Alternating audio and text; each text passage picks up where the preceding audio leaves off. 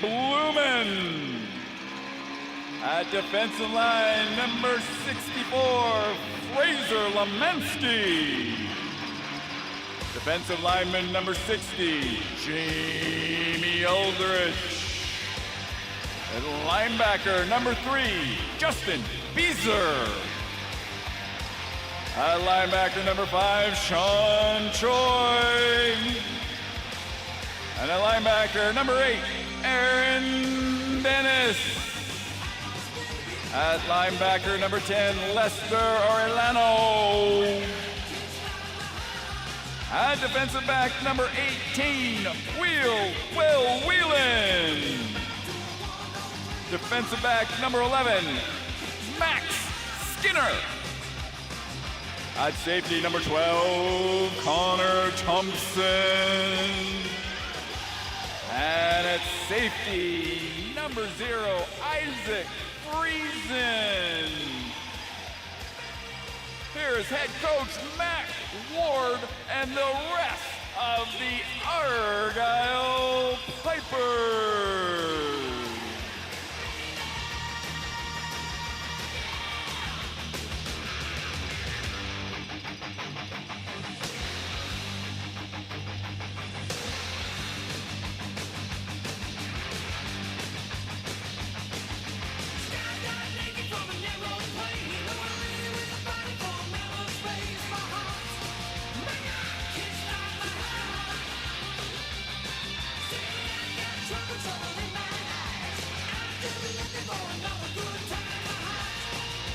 And now, introducing the starting offense for your home team, the Vernon Panthers.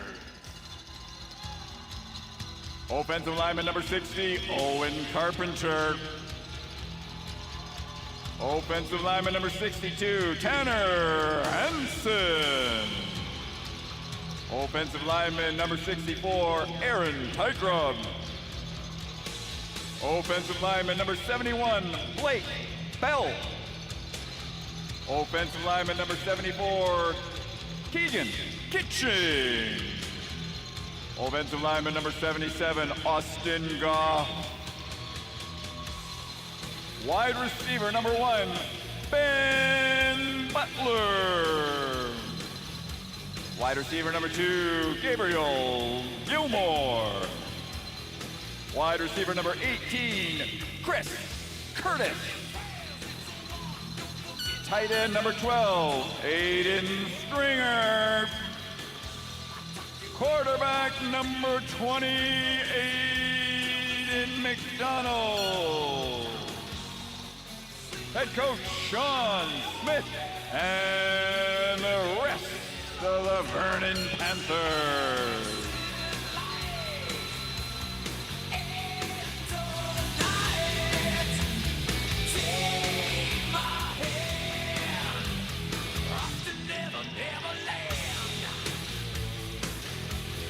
Your officials for today's game are referee Tori Davis, your umpires Frank Roberto, your linesman Len DeJulius, line judge Steve Mawini, field judge Greg Byron, and side judge Gord Massey. This event is taking place on the unceded and ancestral territory of the Musqueam, Squamish, and Tsleil-Waututh nations. It's been stewarded by them since time immemorial. We acknowledge their deep and ongoing connection to this land and express our gratitude for the opportunity to live, compete, and gather in this space. BC School Sports commits to fostering respectful relationships as we work toward reconciliation. Ladies and gentlemen, please rise and remove your hats for the playing of the national anthem.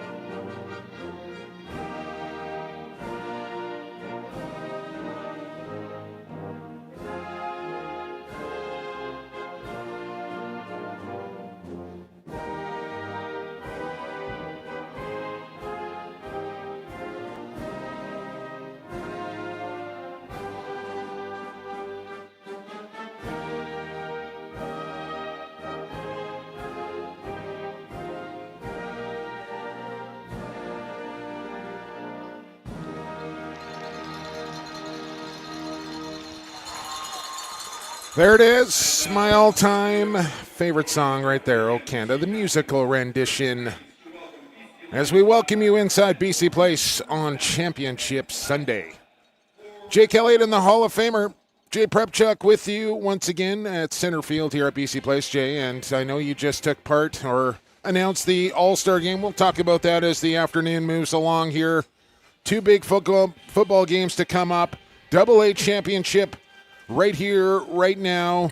The perennial powerhouse, the Vernon Panthers, will take on the Argyle Pipers for the big one here in AA. Jay, welcome back. How's it going? Yeah, going great. Wow, it's kind of weird to be here on a Sunday, and to split up the games. I mean, yesterday we had a great day. Congratulations to the John Barsby Bulldogs for their big JV AA championship, and of course Vancouver College with their big victory over Belmont yesterday at beautiful McLeod Stadium. Wonderful day, lovely weather. Couldn't ask for a better. We were always concerned, of course, with playing outside. But you're inside. You got nothing to worry about, right? A beautiful McLeod Park. You would have had fun with the yard markers yesterday, of course, right? The Canadian field. And yes, of course, yeah. And one of the teams, dark jerseys with dark numbers, and Mr. McLaren was having all sorts of trouble. I don't know about this coin toss here. That's Ben Haladic in there from the BC Lions. There you go. He's a Vernon Panther grad. Oh, that's a little suspect. I don't know what's going on here. Don't be getting on the Panther faithful bad side already, Jay. I'm still getting DMs from about 4 years ago. So yeah. How's everybody doing back in Vernon? Hello, everybody, and I know you're watching back there in Vernon, and a special hello to Pat and Gary Smith, Sean, the head coach's mom and dad. I know you're proud of your boy, and we'll see how the Panthers do today. You've seen these two teams, Jay. This is my first look at both Vernon and Argyle here, but you know what are you expecting here today? What's the strengths and maybe the weaknesses of both teams? Boy, I tell you, with Vernon, Aidan McDonald, the MVP of AA football, can do it all. Gaudy numbers. Unbelievable. But the big thing about him last week, and I talked to Coach Sean Smith about it this week, is his return yardage last week was electric. He was well over 100 yards until South Camp finally figured out, hey, we're not going to kick to the sky anymore, right? But he can really do the damage throwing the ball. Sean told me that they ran the ball a little bit more last week than they have anticipated, just because that's what the defense gave them a little bit, right? So, again, he's talking to Sean, of course, and he's pumped up. I mean, he's been here before. He's won championships before. For Argyle, kind of brand new territory for them, right? Mac Ward, Grady Sheehan, there's young coaches, graduates of the program. I've had a chance to coach those guys when they were younger, and it's just so great to see this Argyle football program back. Lynn Valley North Van is lit up. I think they have a parade route already ready to go. Is that and right? They closed down Lynn Valley Mall for today's game, and the Lynn Valley folks. Lynn Valley Mall. Well, the Legion, the Lynn Valley Legion, the Lynn Valley Lions Club are behind these guys, and let's have a great game, Jake. Let's do it. AA Championship. Kick it off. Let's play some football as Pipers in white, Panthers in blue. And the opening return will be a short one. As getting back, just shy of the 25-yard line was Arlano. See him there? So I'm glad I got here a little bit early, Jay. I know you and Justin were in here for the All-Star game. It took me a good 10 minutes just to clean up the broadcast area here. Pens, papers, napkins, muffins, all sorts of stuff here on the table. We got it cleaned up. Prep check pens all over the place here. And yeah, it's Aiden's mess here, our producer, of course, right? He's been here since 8 o'clock this morning, right? So, all right, here we go. First play from scrimmage as the Pipers start from the 23-yard line. And Stringer will hand off. And actually, he will not, Jay. He'll get buried about 12 yards deep in the backfield. As getting in there was Lemansky as they tried to run a little play action on first down, and that did not work. Boy, watch out for number 88. Dominant last week, dominant again on the very first play. This young man comes off the edge. I don't think I've ever seen a young man come off the edge in high school football as quickly as he does. And, oh, boy, he makes some big plays, and he's going to be making big plays all day. That's Josh Vandenberg for the Vernon Panthers. Excuse me, I had the wrong roster on my side there, Jay. My apologies. Womansky's a good player, though, for Argyle, too. It's like, why is he not highlighted if he's that good? Run on second down after a loss of 8 on first. And they might lose a couple of more here as the yard markers are going the wrong direction.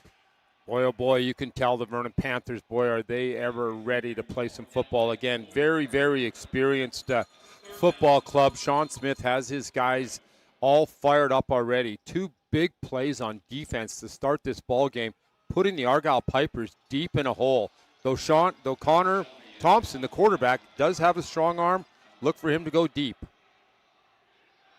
Thompson will kick the leg, send a man out wide. And look to throw as he spins the pigskin, delivers high, it's complete. But well short of the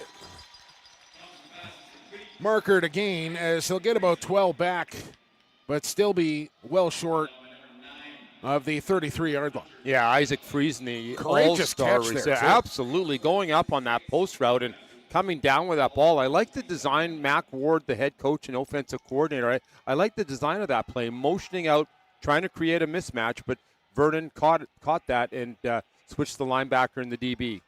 Well, they're going to go for it here in their own zone on 4th down and 6. No, they're going to pooch kick it here. And it's an end-over-ender. It'll take a friendly Piper bounce here all the way down to the 35-yard line. Effective punt. And the kicker, also the quarterback there. So that's a nice little wrinkle to have as far as maybe running a fake a little later on in the game. Oh, no question. And you know that, again, Connor Thompson, the all-star, is actually an all-star safety in there for the defense as well, right? So he's able to do it all. Just an outstanding talent. Connor Thompson, quarterback, safety, kicker for the Argyle Pipers. Now, when I was getting ready for the game, I saw about 6 positions listed for him in the stats pack. But now it's the Panthers with their first possession.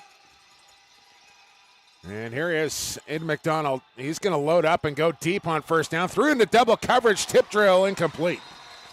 As it looked like he kind of had his mind made up. He was going to throw that ball regardless of the coverage, Jay, and that was a dangerous ball. Yeah, absolutely. And talking about Connor Thompson, he was just playing free safety, playing back there, and he was almost came down with another big pick last week against South Cam. He had 2 interceptions, so Connor Thompson is very effective at that safety position for the Pipers.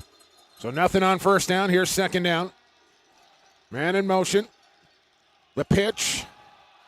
And the Pipers into the backfield and limit the gain to just about 1. As number 8 on the tackle there in Aaron Dennis. Boy, that's a big-time hit coming from his linebacker position, second in tackling for the Pipers this year. And, oh, boy, that's a load of a running back in Owen West to bring down like that and limiting that gain to only 2 yards. And, of course, Owen West had such a great game last week, 186 yards on the ground and a ton of touchdowns. Yeah, he's got 5 touchdowns through 3 games here for Vernon. And averaging over 8 yards per carry to go along with it. McDonald to throw over the middle. Oh, and he had a read on that, did Thompson, and almost jumped the, well, he did jump the route and just couldn't come down with the football. That's exactly what Connor Thompson did last week against South Cam. Jumped in and intercepted one of Cole Rigler's passes. And, again, just a great read. And, oh, boy, that he had a better chance at it than the receiver did. He really did. And very fortunate for Vernon to not have a turnover on their first possession. Well, they will kick away here on 4th down. So a couple of 3-and-outs to start the game. And this one will roll and tumble along inside the 15. Let it roll a little longer. Why not? Down to the 13-yard line. Another excellent punt in this game. It is. And, you know, the return man probably would have liked to have been able to catch that one, right? I mean, Vernon gained an extra 12 yards on that as the ball hit the turf here and rolled towards the Argyle goal line. So, again, not great field position for the Pipers on their second possession. I'll start from the 14 in this scoreless championship game. And Thompson looking to get the play in here and get a late substitution to go along with it as Ethan Cole checks in. Let's see if they try to get the running game going here with their big running back, 6'1", 215, Justin Beezer, number 3, their tailback. He is a load back there, but he's got a stiff defensive line in that Panther defensive unit to try and negotiate.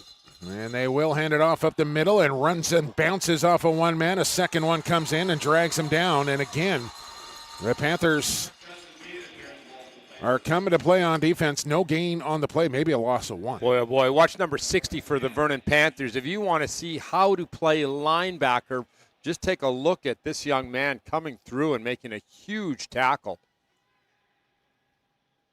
That's Carpenter. As Beezer will come out. And most likely a passing down here on 2nd and 10 here.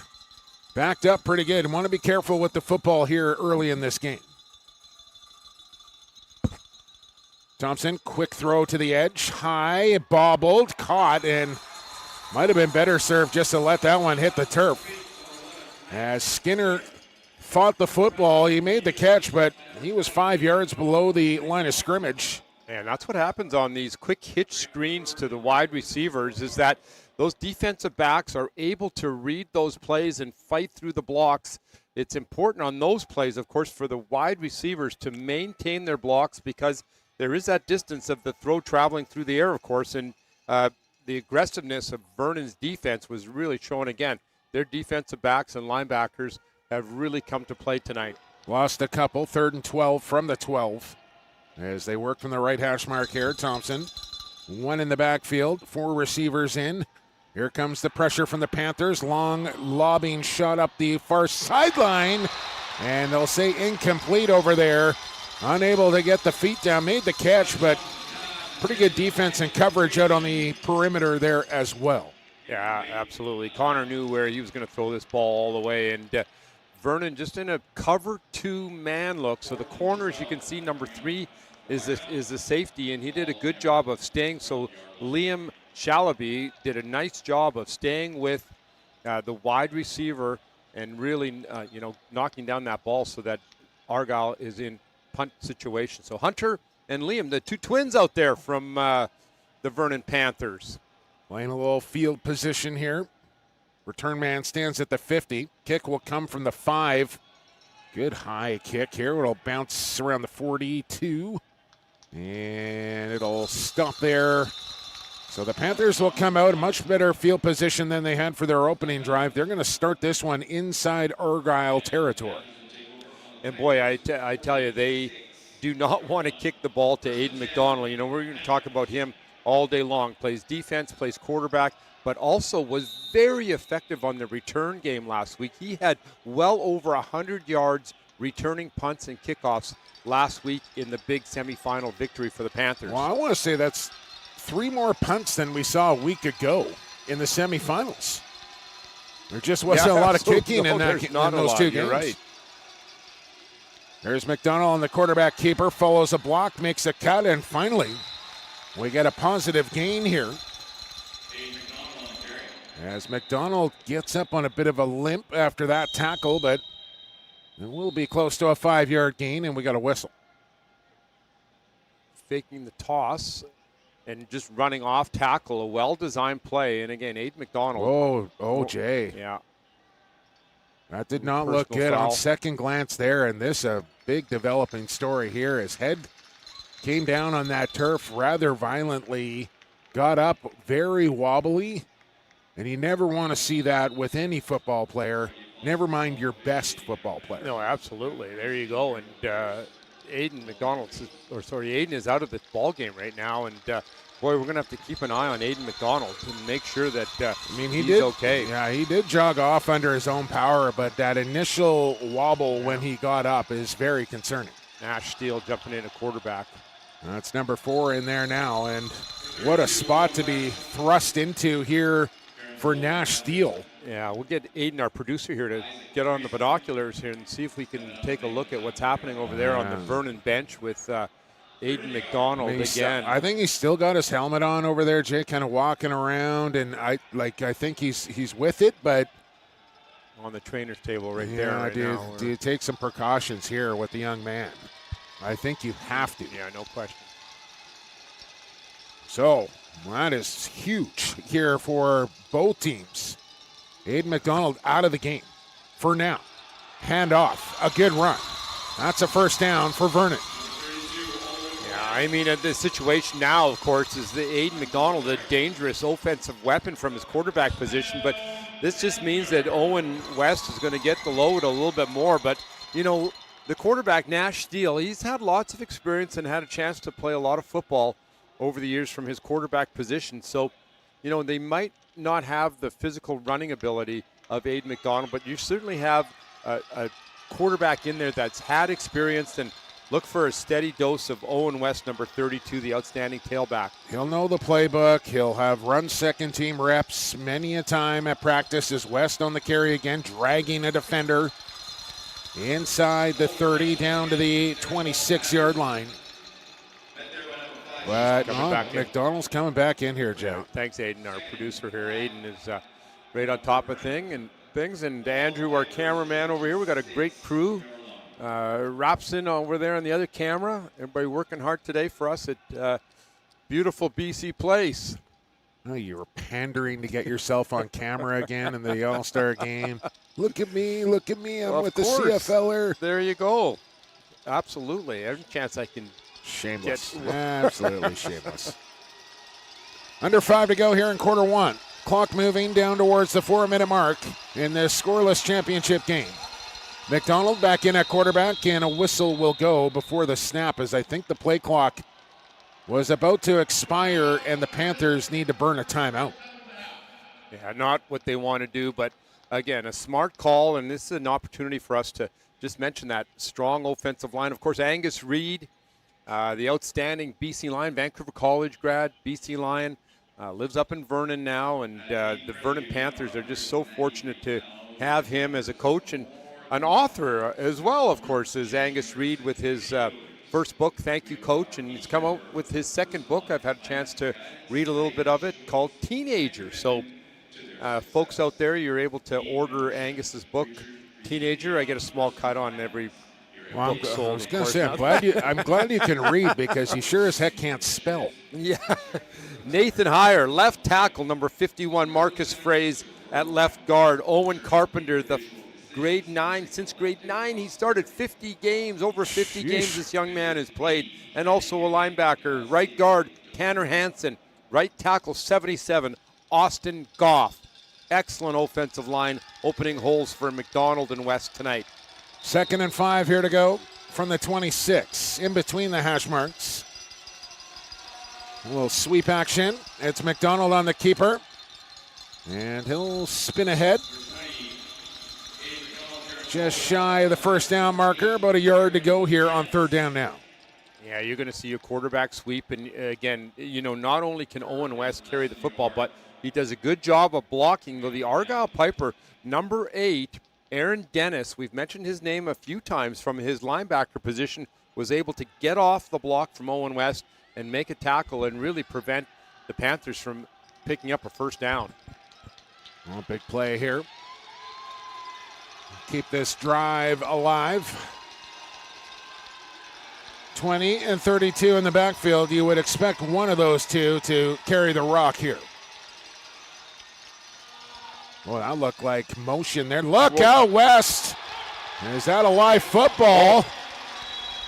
Jay, that looked like a forward pitch, but I think that's Argyle ball. Absolutely. There's your first big turnover of the ball game. Just looked like the timing was off just a little bit on the toss into the boundary there. And I guess that's close to a lateral. Yeah, and you know, folks, that is a lot more. The technique of pitching like that is a lot more difficult than you think. You really have to work on that. And there's Mr. Roberto, our referee, right on the spot, picking up the fact that Argyle, you know, was able to recover that fumble. Another experienced referee crew, of course, tonight. Tori Davis, Frank Roberto, Len DeJulius. Good to see Len back out there. Steve Mawhinney, Greg Byram, and Gord Massey. Big turnover on the Panthers. Pipers have the football back. This game in search of its first points. Thompson going to be sacked from behind as a flag came in at the 19, and most likely a hold here and most likely declined is what I would think by the Vernon Panthers. Yeah, I like the call by Mac Ward going with play action on first down. Excellent fake again by Thompson, but number 71 from the Panthers coming around it. We talked a lot about number 88, of course, the defensive end and there's your personal foul call. Oh, it's a chop block. Yeah, chop block, exactly. So dangerous. Don't want to see that. But Blake Bell getting home. Interesting. And do call. they enforce that after the sack as well? Because that's a personal foul, Jay. They should, yeah, absolutely. And Blake Bell, a little note, Jesse Kanicki gave me a little tidbit there. Blake Bell, this is his first game back after he was injured. The second play of the first game this year, and Blake Bell coming back from his defensive end position. So wow. A couple of things with that. Of course, Argyle wouldn't have seen him play this year and wouldn't know really much about number 71, Blake Bell. Well, the fact to step back into a game like this after that long off. Well, to have those bookends, I mean, Vandenberg on one end and Blake Bell at the other defensive end, boy, oh boy, those guys are going to create havoc in the Argyle backfield all day. So I can't explain why, but it's only 2nd and 14 after that personal foul and the sack. So maybe a break for the Pipers here, and then incomplete on the out pass there. We'll bring up 3rd down now. Is that one intended for Millie and just kind of put a little too much air under it? Well, that's the thing is that, these defensive ends, and they're, so well coached that they've been taught to, if they can't get to the quarterback, they see those quick releases, they're just going to get their hands up, right? And even though Connor Thompson is a tall quarterback, he has to really arc high to throw that ball over those defensive ends. Well, how aggressive do you want to get here on 3rd and 14? Watch for screen. These are in the backfield. Drop back. Thompson looking to run now. He's going to scramble around. Still buying time. Looking downfield now. He's going to throw on the run and incomplete. Probably ran about 35 yards on that play, but gains nothing. Absolutely, yeah. And there's another flag way down the field here, and this could be illegal contact. Yeah, pass. They ran a wheel route, a wide receiver running the post, the inside receiver running a wheel route, and there might have been a little bit of contact there. Yeah, they got holding on Vernon. That's not going to be an automatic first down here, though. A huge play nonetheless. Yeah, but, one of the things that Sean Smith, the head coach for Vernon, talked about all week is keeping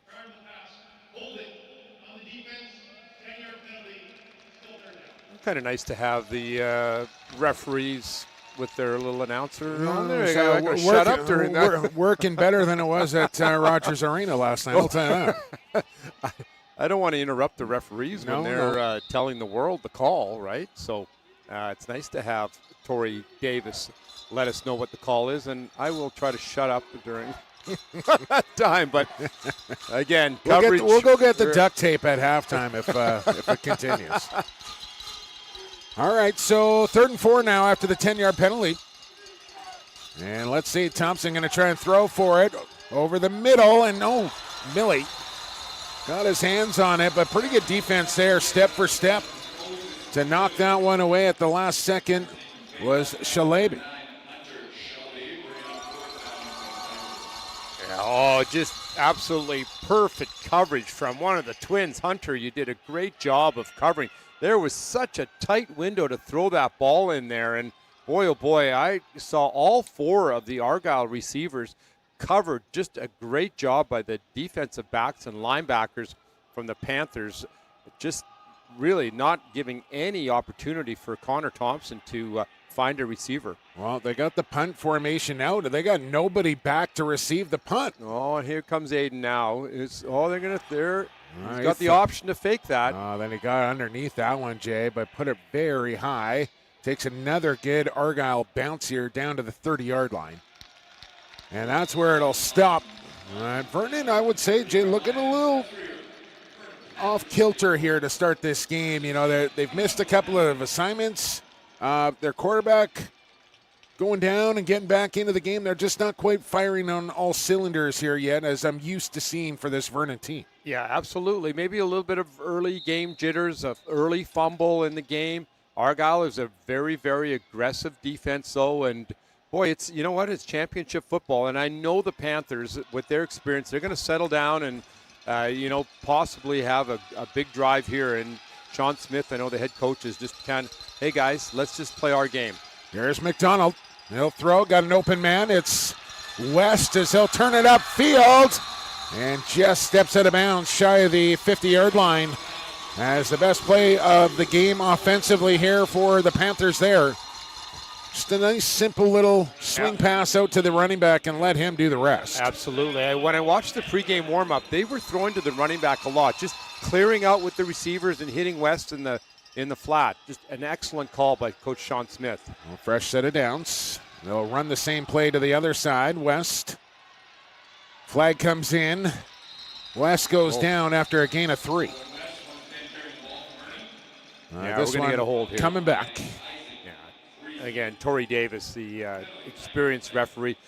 You know, referees know, right? If it's a toss play, what are they going to look for right away? They're going to look for the right tackle, the right guard, the edge players to see if they're holding or not, right? And again, here's Torrey. I'm going to shut up again. Okay, so not a hold. Block in the back. So what happened was the slot back cracked back on the defensive end there. And obviously, if he's hitting from the side at all or his head is behind, you'll see, well, you can't see from the tight angle there, but there's definitely the crack back from the slot back coming back. Yep. Argyle lucky not to get called for a late hit there. A little contact on McDonald after the play. 1st and 20. Got to get all the way to the 44-yard line. McDonald going to go for a run. He's got some room. Oh, he's got all sorts of real estate out there. And he'll get a good chunk of yardage back there, close to 15. And that's what happens when you lose contain, and I know that this is going to drive Grady Sheehan, the defensive coordinator, nuts when the defensive end loses contain. You can see number 3 loses contain, and that gives Aiden McDonald all sorts of room, especially if you're playing cover 1 and you're trying to cover those receivers downfield. Once the quarterback breaks contain, boy, he's got a lot of real estate, and that's exactly what happened with Aiden McDonald getting back that holding penalty, that clipping penalty yardage. 16 yards on that carry from McDonald. Leaves him with a 2nd and 4. They crowd the line here, loaded up the box, expecting a run. But it'll be McDonald to throw, set up a screen. It's incomplete. That's just way too many white jerseys around the ball there. Yeah, just a great job. The 2 middle linebackers who we've already mentioned tonight, just 2 excellent players, number 5, Sean Choi and Aaron Dennis. They read this play perfectly. Boy, I tell you, they could have easily picked that ball off. And excellent defense again. Scouting, I tell you, you know that Argyle, the kids on both teams have watched film all week long, and boy, there should be no surprises as far as the plays that each team runs against them tonight. 3rd and 4. Rolling out, looking downfield.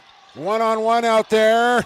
Big ball. 2 receivers ran into each other, and they both dropped it.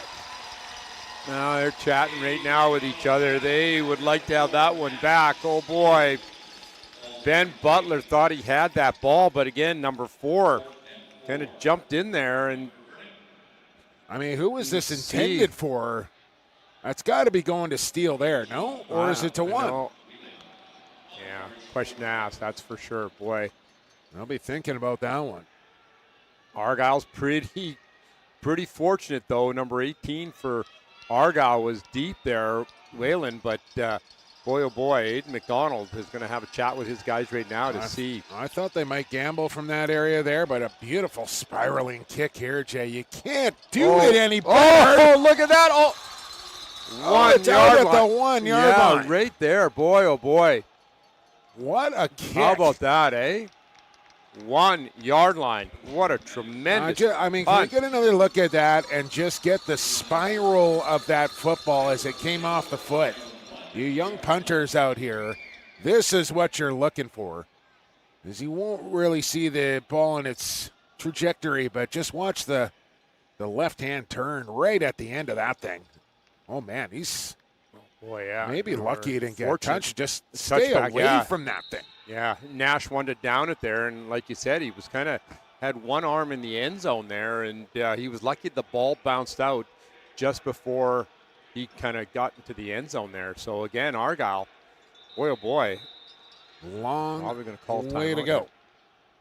I think I'll talk this over here, maybe, Jay. See what I don't think they can look at the replay, but I think we're going to get a Davis has to say. Piper timeout.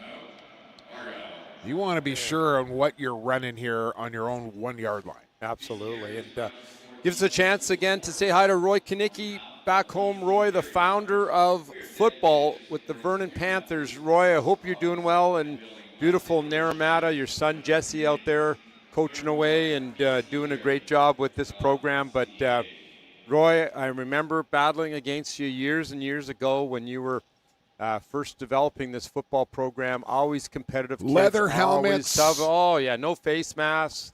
It was just a few years ago, Roy, but I hope you're doing well.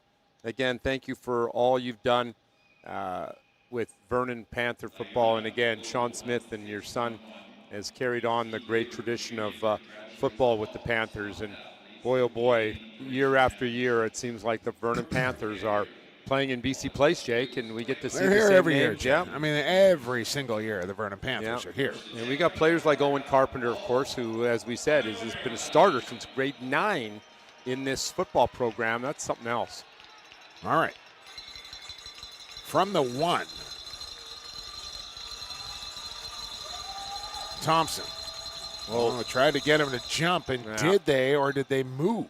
They moved. Tailback moved, jumped a little early. Looks like the tailback. Well, I don't know how much further they can move the ball back, but they'll go half the distance, so half-yard line here. Not a huge factor, obviously, Jay, but it's a nervy time and spot in the game here for the Pipers. Yeah, no question. It's always interesting, too, here, Jake, to see exactly what is Vernon going to do here on defense? Are they going to come at him? Are they going to? That's what I was going to ask you. What do you do here defensively? Do you just go for the quarterback, or maybe the Pipers are looking for a deep shot downfield? Oh, they did it again. Oh, boy. I think Thompson's trying to draw off the Panthers with a hard count. Oh, yeah, and absolutely. It's his own team that's biting on it. Oh, boy. It's touching the goal line now. You might want to entertain just getting up under center and running a sneak. Just to get away from your own goal line as much as you can. They got their power set in. Basically, 3 running backs, tight slot. Oh, another hard count. They're going to throw. They got a man out there. Yeah. Make one miss. It's McDonald on the tackle. And as they do get out of the shadows here a little bit, as Skinner makes the catch and picks up about 1.5 yards. I like the call.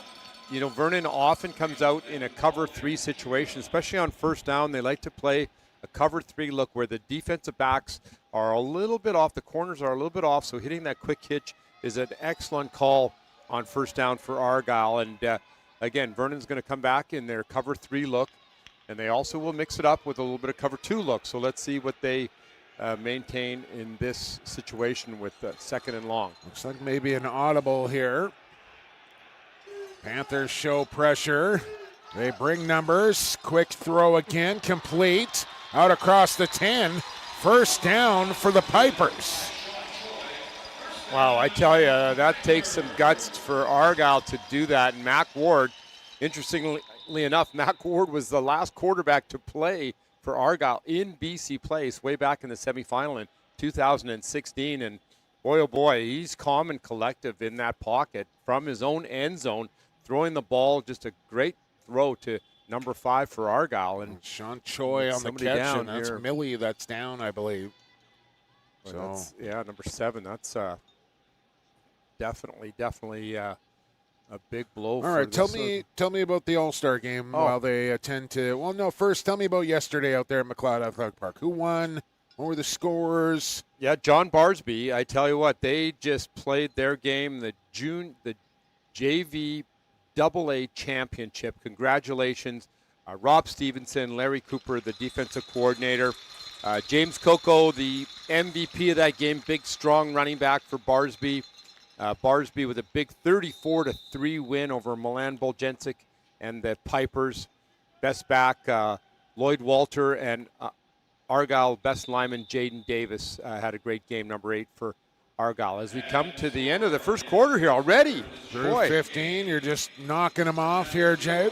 You only have to do 3 today instead of 4 normally. I know. I'm used to yesterday. I was like, is that it? 2 games? We're done? Okay, let's go. And then get home and more prep, of course, this morning, more prep last night, and back at it with a little bunch of time over in the lounge, getting your feet on. Chowing down. Yeah, you'll be down between games. It's kind of nice to, Aiden and I were talking about the fact that had a little bit of a break in between games and kind of get down. And, of course, beautiful BC Place Suite has some excellent food out there. Pierogies this year. Oh, Jay. Pierogies. They brought them up for favorites. The Romanian announcer here, I think. Pierogies and sausage. They had sour cream. Oh, my goodness. I stay away. I try and stay away from the sour cream. You're staying away from me now. I can see that. Hey, listen, rib night at Rogers Arena last night. These things, I mean, they look like something out of the Flintstones, man. Like I'm telling you, they look like dinosaur bones that they're serving up over there last night. Is that a little bit I still see on this stash? Yeah, or no? Could be. It could be. Did you wear a bib? I did. I tucked the napkin right into my shirt and everything. You don't want to get the tie dirty, Jay. You can't. You got to go on TV. You can't get the suit covered in rib sauce. All right, so 12 minutes gone here, and long throw to the boundary falls incomplete. I didn't know really quite what to expect coming into this game between Argyle and Vernon. Jay, I did not expect, though, a 0-0 score after a quarter of play. No question, especially when you have such dynamic, offensive personnel on both of these football teams. I mean, you look down that Argyle roster and you see all of those great players. Beezer, of course, Thompson at quarterback, Friesen, Millie, Skinner, Haynes, just on and on. Cole, Dennis, Not long before these guys are going to be getting on the scoreboard. Beezer out of the game, but they will run on second down, and, well, they won't run far. Yeah, and I mean, the other thing you got to remember, Jake, of course, in a championship game like that, you've got some experienced coaches here. You've got coaches on both sides of the field that have done an enormous amount of film work. And I know right now, speaking from experience, been happy, was fortunate enough to be in some finals over my years of coaching, right? And these guys are tired. I'm telling you, it's over and over, late nights. They go back to their regular job, and boy, I tell you, Connor Rothwell has done his homework with the Vernon Panthers as well as Grady Sheehan. 3rd down and 10 to go. Thompson to throw. Pressure comes. Out he goes, tucks it away. Look out from behind. Brought down the line of scrimmage, and there he is again. It's Vandenberg getting home for a second time in this game. Absolutely. And, when you have, there's Vandenberg right there, their defensive end just coming after him and trying to get a strip sack there. Connor Thompson very fortunate not to fumble that football. Boy, oh boy. When you have those two defensive ends, Blake Bell, number 71, and Josh Vandenberg, the all-star, coming at you from the edge like that, boy, oh boy, that puts a lot of pressure. And that's exactly what Sean Smith said again all week, is that we've got to keep Connor Thompson in the pocket. Well, through their 2 playoff games alone, 25 tackles, 2 sacks, and a fumble recovery for Vandenberg. Kick out of bounds, and he's walking it back up the sideline as the Vernon coach. But I think they'll get a little better of a spot than that, and they'll put it down right at the 35-yard line here. So short field now for the Panthers, their best field position as they look for the opening points of the game. You know, and that's the thing, right? We talked about Aiden McDonald returning the ball so successfully last week on punt returns, and you know that Argyle worked on kicking the ball out of bounds so that they would nullify the return from Aiden McDonald. High snap. Hand it off. Follow a couple of blocks for a gain of 3. Yeah, right over Tanner Hansen, the big right guard, 6'3", 235 pounds. Austin Goff, number 77. The veteran Owen Carpenter at center, left guard. Marcus Fraze and Nathan Hayer, the two-way player at left tackle. I have a feeling that you're going to see a steady dose right now of Owen West and Aiden McDonald running the football. Second and a long 5. And they'll hand off again. Almost the same play there.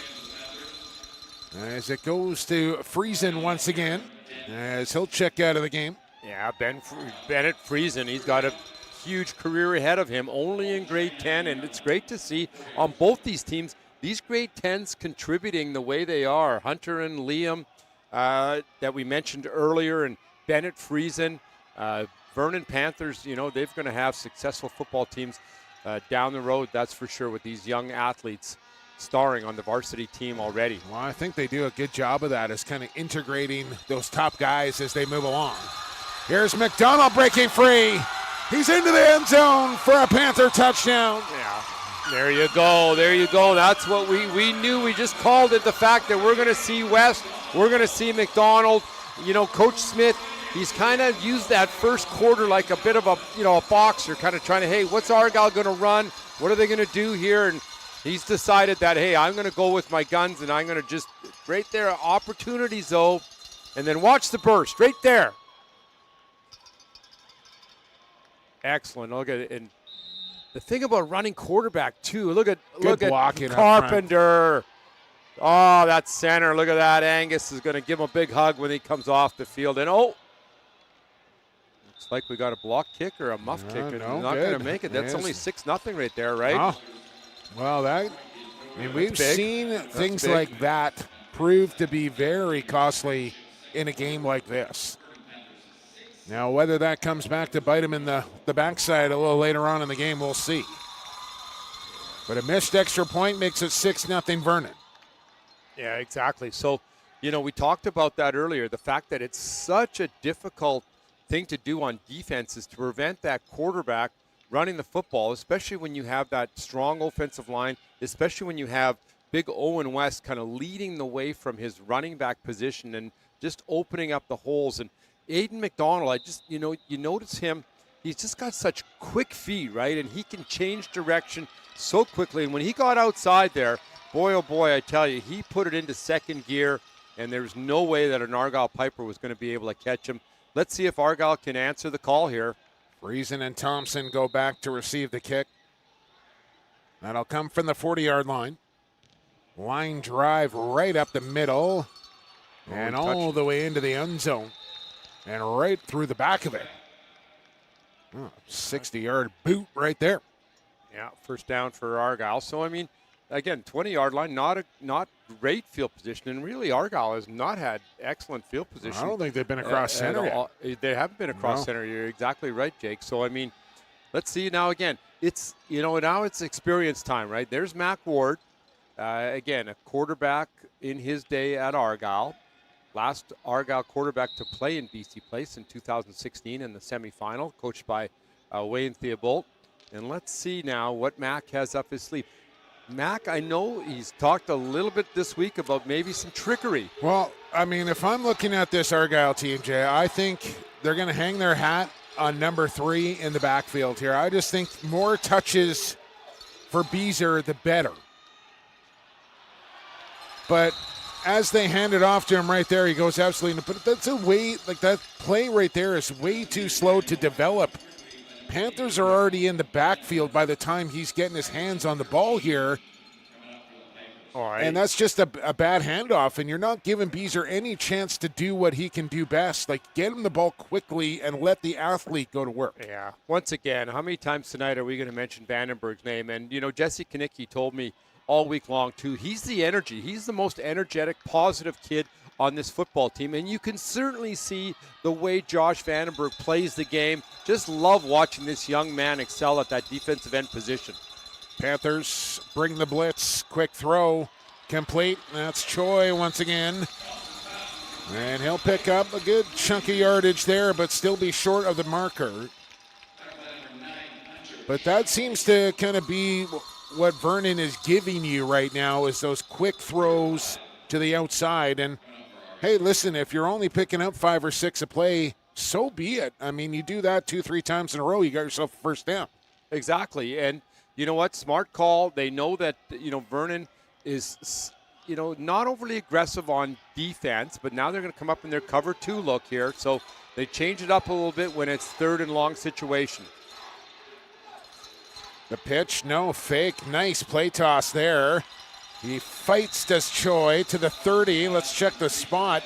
I think that's going to move the chains here for the Pipers. Yeah, you know what? And even though it's just a 5-yard gain, watch the fake here, though, Chip. Yeah, exactly. I like that. I like the call. I like the play. A great call, Mac Ward.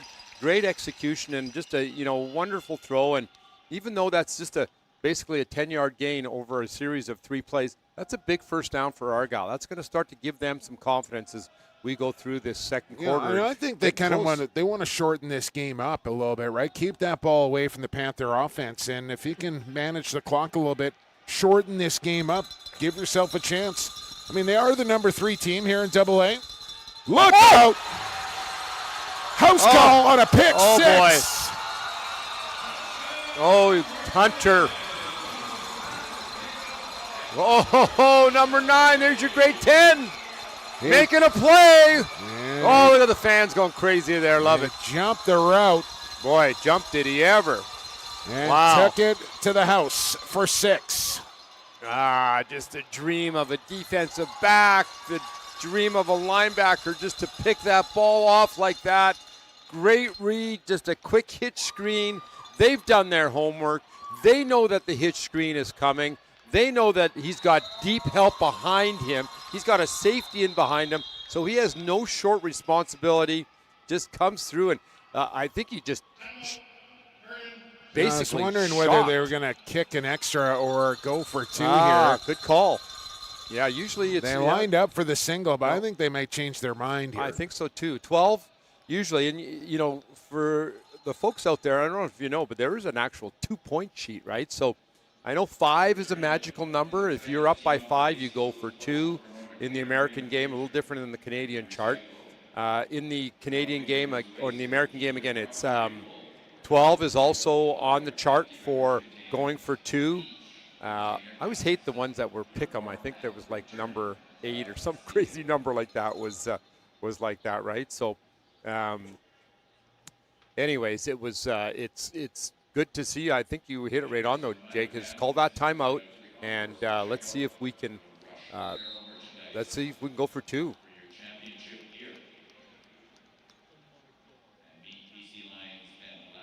They will break the huddle here, and it looks like a change of heart,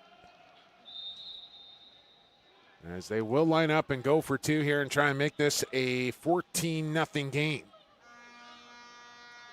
For a little rollout here. Watch your quarterback on the run. A little quarterback sweep. McDonald going to lob it. Wide open. Love it. Wide open. Love it. Well executed play. Stringer on the business end will make it, in fact, 14-0. Yeah, there's another guy that just is such a great football player on this team. And Aiden Stringer, I tell you what, he is just such an outstanding player for this football team.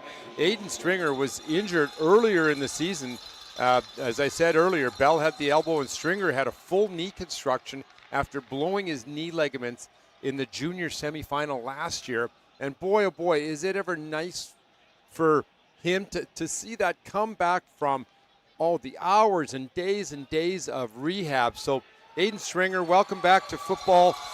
You've worked hard for this moment. I love the call, motioning him across the formation from the right slot back position, taking the wide receiver on the left side, running a slant. We wouldn't say pick or we wouldn't say anything like that, but having Aiden Stringer in the flat and wide open. A lot of Piper fans in the house here tonight. You would expect that a few more than the Panthers with the long trip down. But they find themselves down 2 touchdowns now. With 6:31 here to go in this opening half.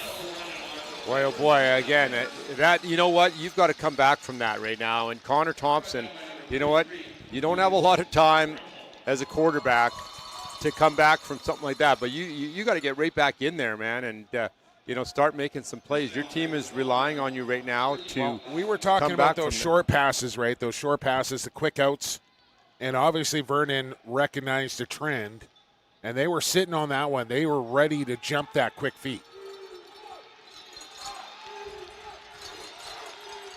A decent field position at the 35 and a 1st and 10. As Thompson will give it to Beezer. And he'll get some positive yardage, pick up a couple.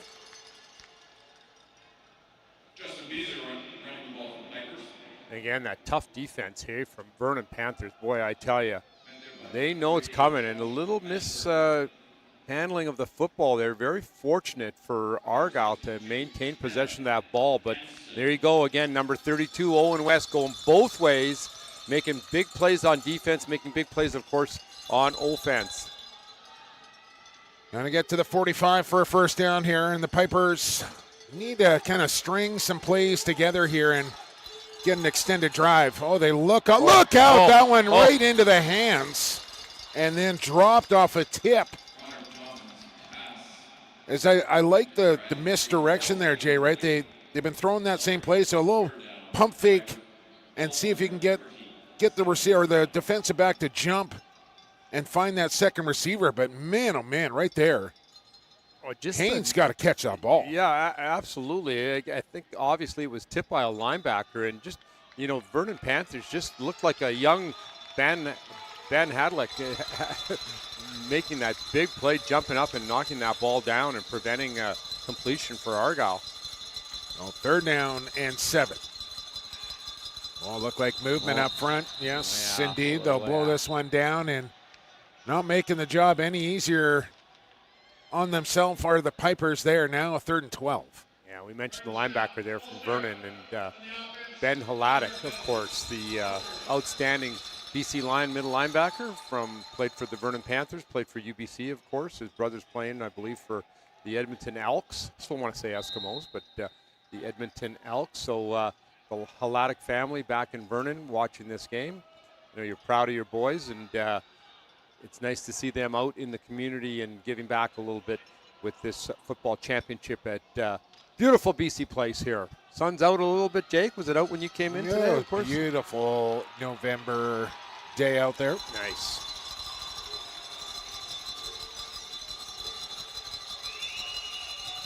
Need 13. Thompson with time. Luck out. That one tipped away this time. As Ben Butler got a mid in there and broke that play up. As broken up by number 1, Ben Butler. Just not really getting enough time to kind of stand in there and deliver the football. Yeah, exactly. And you know that he is thinking about these guys coming off the edge. Again, there's Josh Vandenberg, and I'm going to say his name over and over again, Blake Bell, coming off the edge, and those guys are really creating havoc for the Argyle Pipers, forcing them into a punt situation. And again, with 5 minutes, just over 5 minutes left, this is another big series of downs right now for Vernon. You can't afford to gamble at this juncture yet. I know you're down 2 touchdowns, but you're still in the first half here.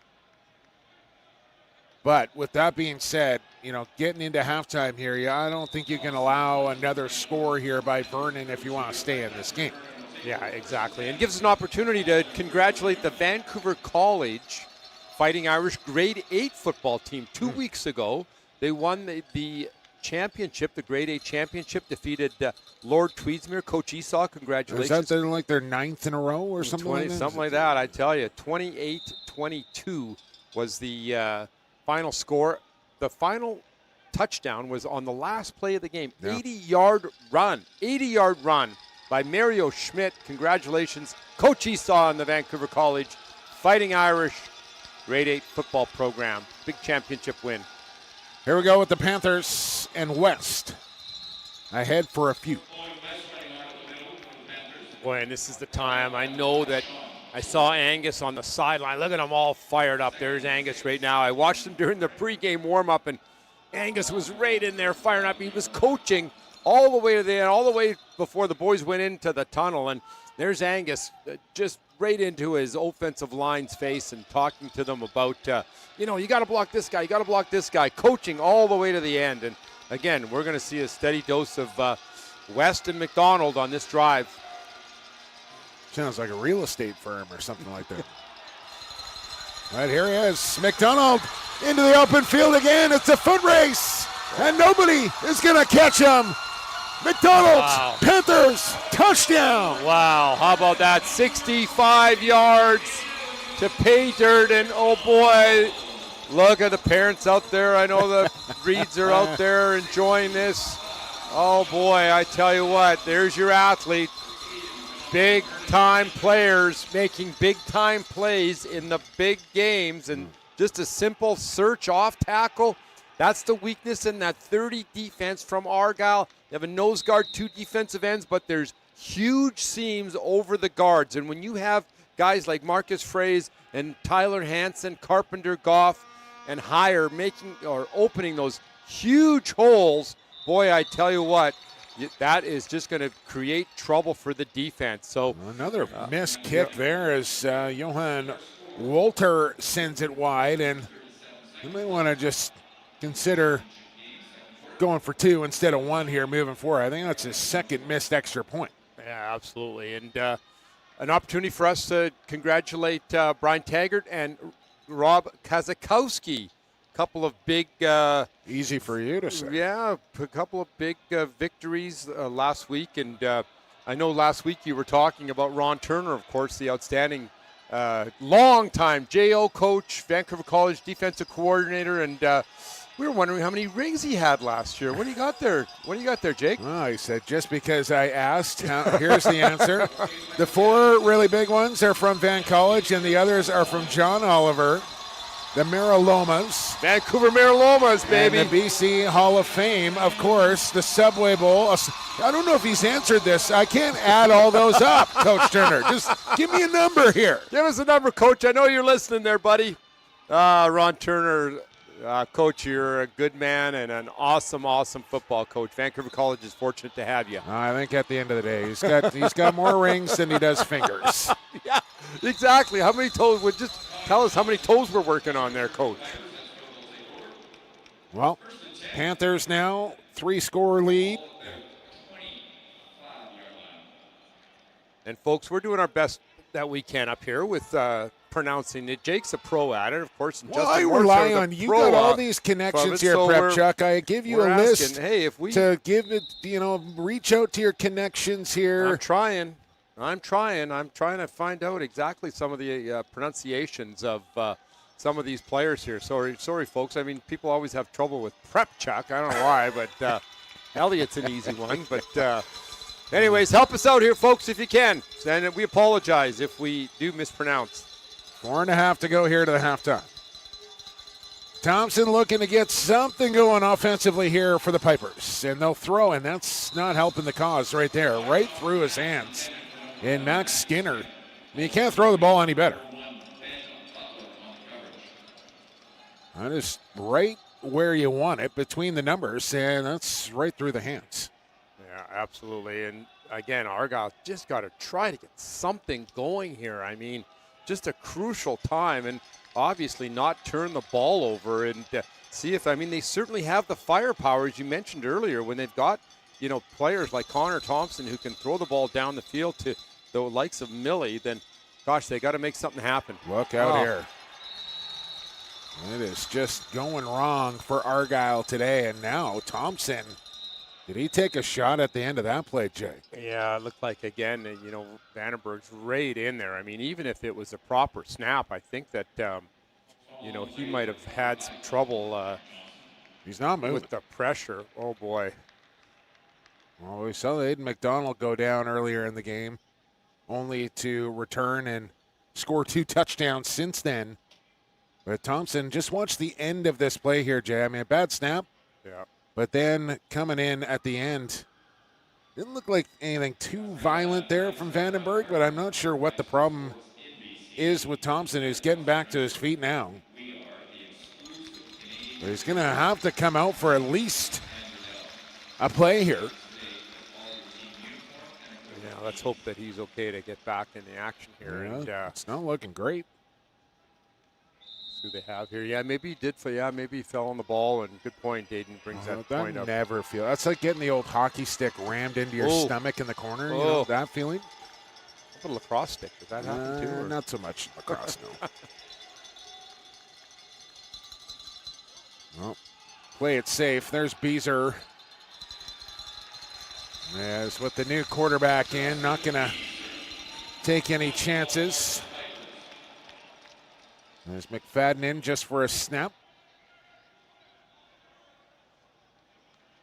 And I haven't seen Thompson come back in. He's got his helmet off right now, Jay. So we got a Remember, third he's the quarter. punter. Yeah, he's the punter too, Yeah, right? Well, I didn't even think about that. But it is fourth down here. That's why I get paid the big bucks, Jay, for all those You're things, getting right? paid, are you? I told Heather not to do that. I had to pay for my own parking today with parking across the street down. That just means you can get a cheap hot dog on your way out. Absolutely. Got one on the way in, too. There you go. Decent punt. Takes a turn towards the sideline and touched up there inside the 50, around the 46-yard line. Well, let's see if Argyle can, hold this dangerous. I mean, They need a turnover or need something positive to happen.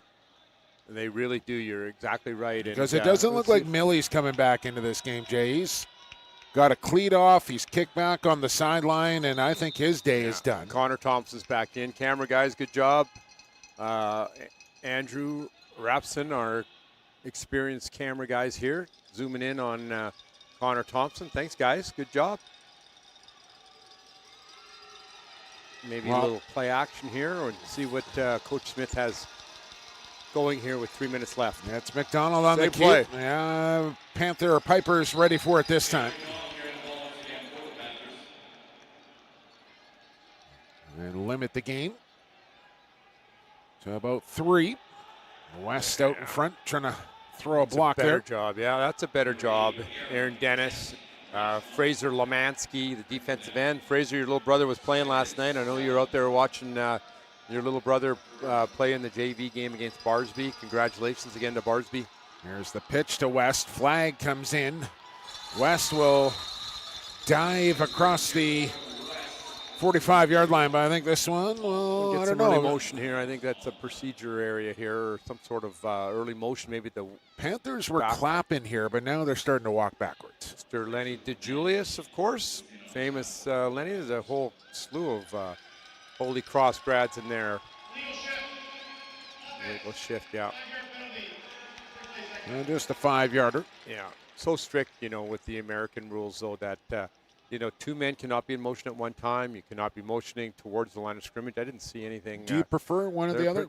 I like playing Canadian as a quarterback. I mean, it just like wide open, 65-yard wide field, extra receiver. I know, mind you had an extra defensive back in there too, right? But you know what? I enjoyed playing the Canadian game. And when I was at Simon Fraser playing quarterback, we did play both Canadian teams and U.S. teams in the same year. It was crazy, yeah.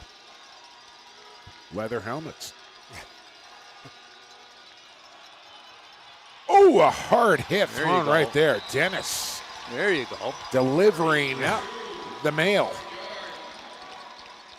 That's what they need. There's your Argyle pipe. Got to give them something to cheer for today. I told you that Argyle community, boy, I tell you, the Lynn Valley Legion, the Lynn Valley Lions Club, thanks to all you folks for all your support. Administration, Laura Ames, Tim Ireland, the administration, Adam Bauman, one of the assistant superintendents in the District of North Vancouver. We need your support to run football programs. Thank you. Third down. McDonald bounces it out. He's got another hole, and he's off to the races again. McDonald down the sideline, can't stay in there, but a huge gain. You can see Grady Sheehan on the sidelines there. He's just giving it to his defense. And, you know, it's so difficult when there it is, just nothing fancy, just kind of a lead dive almost. He's quick, Jay. Against that 30 defense, as we mentioned a few minutes ago, that's where the bubble is, right over that left guard, right over that right guard. And watch for them to just maintain and continue to run the same play over and over again. Whistles will go before the snap of this one. But when he gets up to top speed, I don't know if anyone's matching feet. Well, that's the thing. You know, in practice, you try to, you know that Argyle, with Grady Sheehan, the excellent defensive coordinator for Argyle, you know that they've run that play. Like, Vernon really today has not run anything that we haven't seen for the last 5-6 years, right? They run this. I mean, that's the way it is, right? Yeah. They run their plays, and they run them. I mean, Barsby was an excellent example of that last night, right? They run 4 plays. The one play that they run the most, the power sweep, I call it, they ran it 73% of the time yesterday, right? So here's coach in there trying to just continue to coach up things that they've talked about all week, things they've talked about since August 15th of the start of training camp, are all things that that's what drives coaches nuts at all levels, right? I mean, you see offside penalties, you see procedure penalties in the NFL, in the CFL, right? So it can be frustrating. That's why I don't really miss coaching. I tell you that. That's honestly why I became a broadcaster, because I just could not take the frustration anymore. Couldn't do it. There's McDonald again, running right this time. Good, makes a good cut. Looking for that pylon. He's inside the 5. And tackled down there with 1:10 here to go in the half. Yeah, look who's making the play, though. Alex Doherty did a nice job, but look who's making the play. A lot of credit out there to number 8, Aaron Dennis. Aaron, I'm telling you, you're going to watch this game for years to come, and you're going to talk to your kids about, hey, there I am making all these tackles. Under center, McDonald up the middle. Ball loose! And who's on this one? Got it back. Panthers get it back barely. And McDonald. Watch the clock. Clock is ticking. I mean, very slow to get back to his feet again here, Jay. And after seeing what happened in that first quarter, I get he's your most dangerous player here. I just don't know if I'm putting him in these type of situations where he's going to take a big hit. Reaching to the goal line, and they bumped it out of the way. Got his own football back here. Oh, somebody call him timeout here. Torrey Davis here is and wind it up here. Timeout, 30 seconds to go. Oh, they wasted 20 seconds here. Well, they're right down near the goal line. Aiden McDonald here. Watch for the running back in the flat. Second down. Watch for the back in the flat. It's a pitch. There you go. Cut it up. Touchdown. Oh, boy. Look at that. Grade 10, Bennett Friesen. How about that? Hey, Owen West out of the game right now, and Bennett Friesen, nice cut. Argyle did a good job of containing that play, but Bennett does a great job of just cutting it up the field. Big, huge hole again by that offensive line. We'll get some pulling guards out there. There you go. Well, again, they're lining up field. Look at the blocking downfield. Look at, on that replay, Jake, you could see the four backs of jerseys from Vernon, meaning that they were maintaining their blocks and they were just doing an excellent job of continuing to block downfield. Again, another big touchdown for the Vernon Panthers. Well, they get that extra point. So 27-0 with 14 seconds to go to halftime. And I don't know if halftime can come soon enough here for Argyle, Jay, who just need to kind of regroup, refocus, and talk about maybe trying some different things in the second half against this Panther team. Well, again, maybe opening up. I mean, they attempted to throw deep a little bit early, but I think what Vernon is doing is just kind of crowding those receivers a little bit, right? And just kind of, begging Argyle to throw deep. And with Connor Thompson and the receivers that he has, maybe take a couple of shots with Friesen or Millie or Skinner down the field. He's got excellent receivers. I mean, Jake, you look at the average. Those receivers, Friesen averaged over 21 yards a catch. Millie averaged over 22 yards per catch all season. Max Skinner. But here's the problem, yards. though, Jay, is that Millie now out of the game. Well, so that allows the defense of the Panthers to start focusing their attention on other guys here, right? Because they don't have to worry about Millie on the other side of the foot. So you're cutting the field in half, and that makes it a lot easier on the defense. Yeah, good point. And almost as difficult to defend is the Mowat two-headed monster at receiver, right? That we're going to see in a few hours baby. here, of I course, mean, right? The Hawks, Lorena and Pratt, the Panthers right? coming up. Oh, what a game that's going to be. I'm excited. Can I join you? Yeah. All right. I'll let you hang out. Hayden, you're here with us? Thanks, man. Let's go get some chicken strips and come back. See scribe extraordinaire Steve Ewan down on the sideline. I'm sure you're going to crank out an article or two here from the high school championships. How about Howard Samora? Any Howard around? I have not seen Howie in quite some time. I know he's still rocking the basketball with the TBI Invitational and stuff. Yeah. But I have not seen Howie down at BC. But I'm sure he's tuned in. I mean, he's watching, no doubt. Yeah, absolutely. And, speaking of basketball, other sports, of course, Jordan Abney, the executive director at BC School Sports, boy, oh boy, I don't know who's busier between him or Zach Kremler, the high school football president. Between those two gentlemen, boy, I tell you, Jordan was telling me yesterday, of course, he had, I think, 5 different volleyball championships going on on the weekend throughout the province, of course, single A, double A, triple A, quad A. Congratulations to those teams. An excellent Instagram page or post from BC School Sports. If you want to get caught up on all the athletics going on in the province, check out the Instagram page on BC School Sports. But Jordan Abney, hats off to you and your staff. Boy, oh boy, this is it for you guys for fall sports. Swimming, cross-country, field hockey, volleyball, football. Soccer. You nailed it all. Soccer, thank you. You nailed it all. And speaking of soccer, take a break. How about those Whitecaps last night, Jay Prepchuk? I tell you, there's a hook and ladder. Here we go.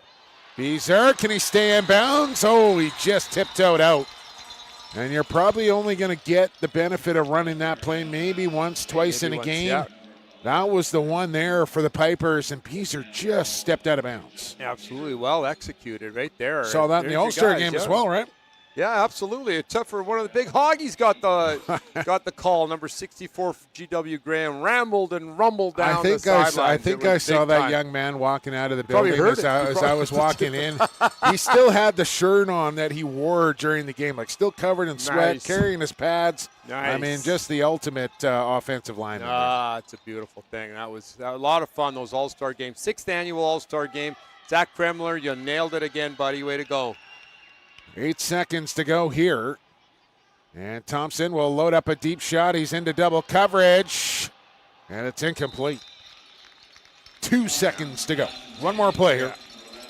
Got to make that throw. You got to, that's the play you have to run there. And gives us a chance to talk a little bit about these players. These guys grew up. A lot of these guys played, I know Argyle, the North Van folks get a chance to play GSL football, Gordon, Sturtridge Football League, Vernon Panther minor football. I'm not going to be able to name them all, but Kelowna, Kamloops, Salmon Arm, Prince George, Victoria with Saanich and West Shore, Campbell River, Courtney, Nanaimo, everybody making it happen with community football. Final play of the half will be an uneventful one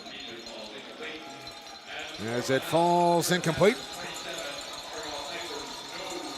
And that will do it for half number 1. A good one for the Vernon Panthers. Not so much for the Pipers, but still 24 minutes to go in this game. But the Panthers in control, leading 27-0. As Aiden McDonald having his way here for Vernon. Two teams will make their way to the locker room. I'm sure Jay's going to make his way to the buffet table. I'll race you down there. We'll be back in about 15 minutes for second half action here from BC Place on the BC School Sports YouTube channel. Stick around.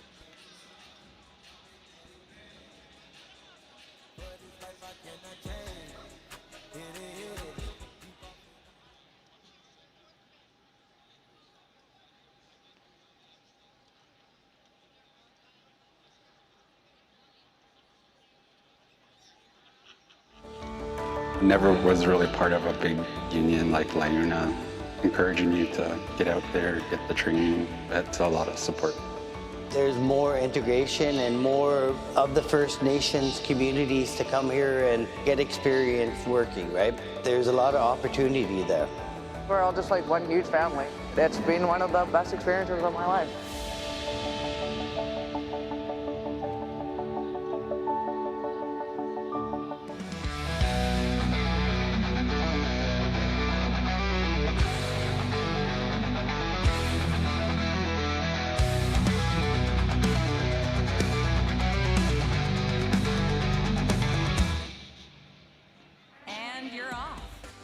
on that journey, going places, doing your thing.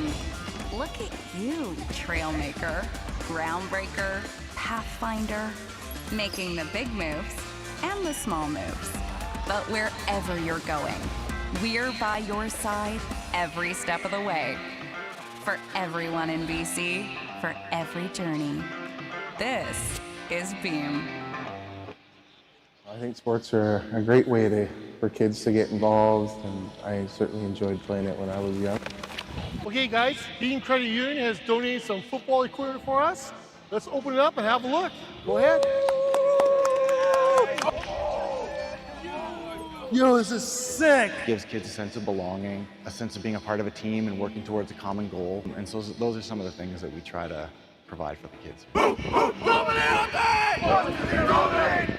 We are here to donate basketballs and soccer balls to the athletic department. It's super exciting to see how involved they are and how much they enjoyed participating and their overall excitement about it. Many would argue that athletics is the heartbeat of the school. Quite often those sports and activities provide students and athletes the opportunity to grow beyond just being an athlete.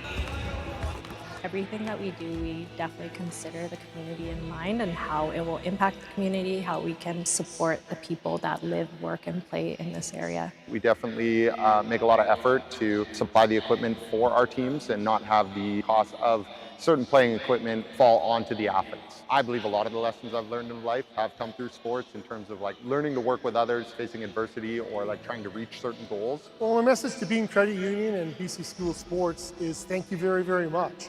You guys working together makes this sport more affordable for kids, and it gives the kids an opportunity to be part of a team, because of your partnership, we're able to have more kids playing and have kids playing with better equipment that's safer, newer, and more enjoyable to wear. I have to give a heartwell thank you to Beam Credit Union for providing the school with some new equipment and allowing our students to play the games they love.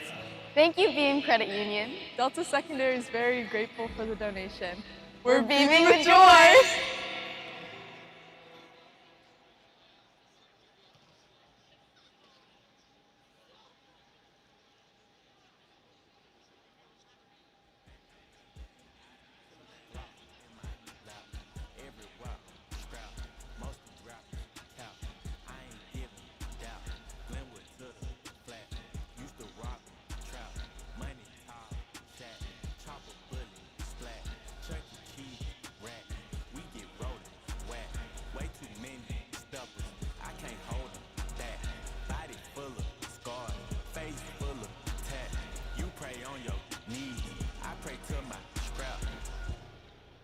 Say you want smoke, but if I come with it, money on your head, we'll come get it. New Caltech, put a Honda in it. Apartment so sweet, throw a $100 in it. Keep it in the street, I ain't doing no squilling.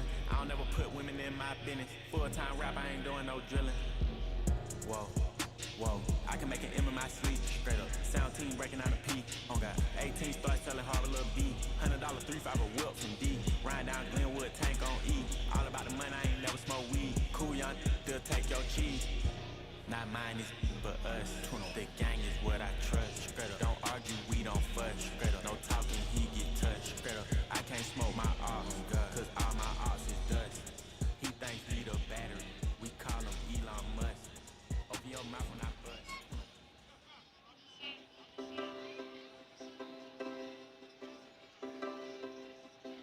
They want that yacht life under chopper blades. They want those bright lights and Balenci shades and a fast start with a baby face. They want it all.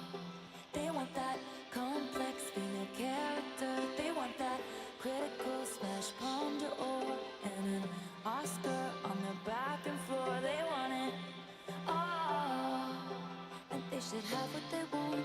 They deserve what they want. Hope they get what they want. I just want you.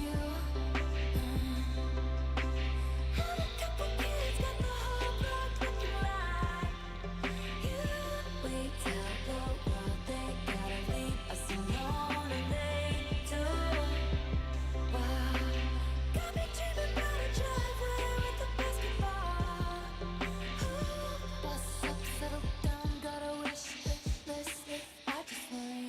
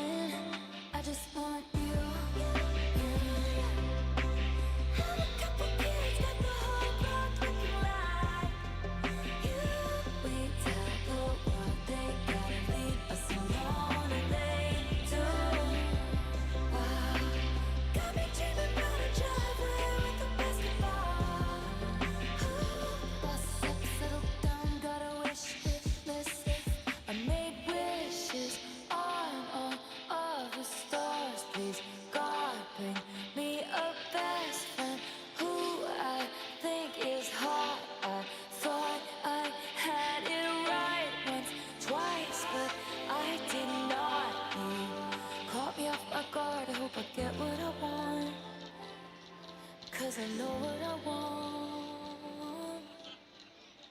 I just want you. Had a couple kids, got the whole block looking like. Gotta look at you. We tell the world they gotta leave us alone, and they do. Wow, got me dreaming about a driveway with the basketball. Bus up, settle down, got a wish list. I just want you. And we could have a couple kids, get the whole block looking like you. We tell the world they gotta leave us alone, and they do. Wow, got me dreaming about a driveway with a basketball. Bus up, settle down, got a wish list. I just want you.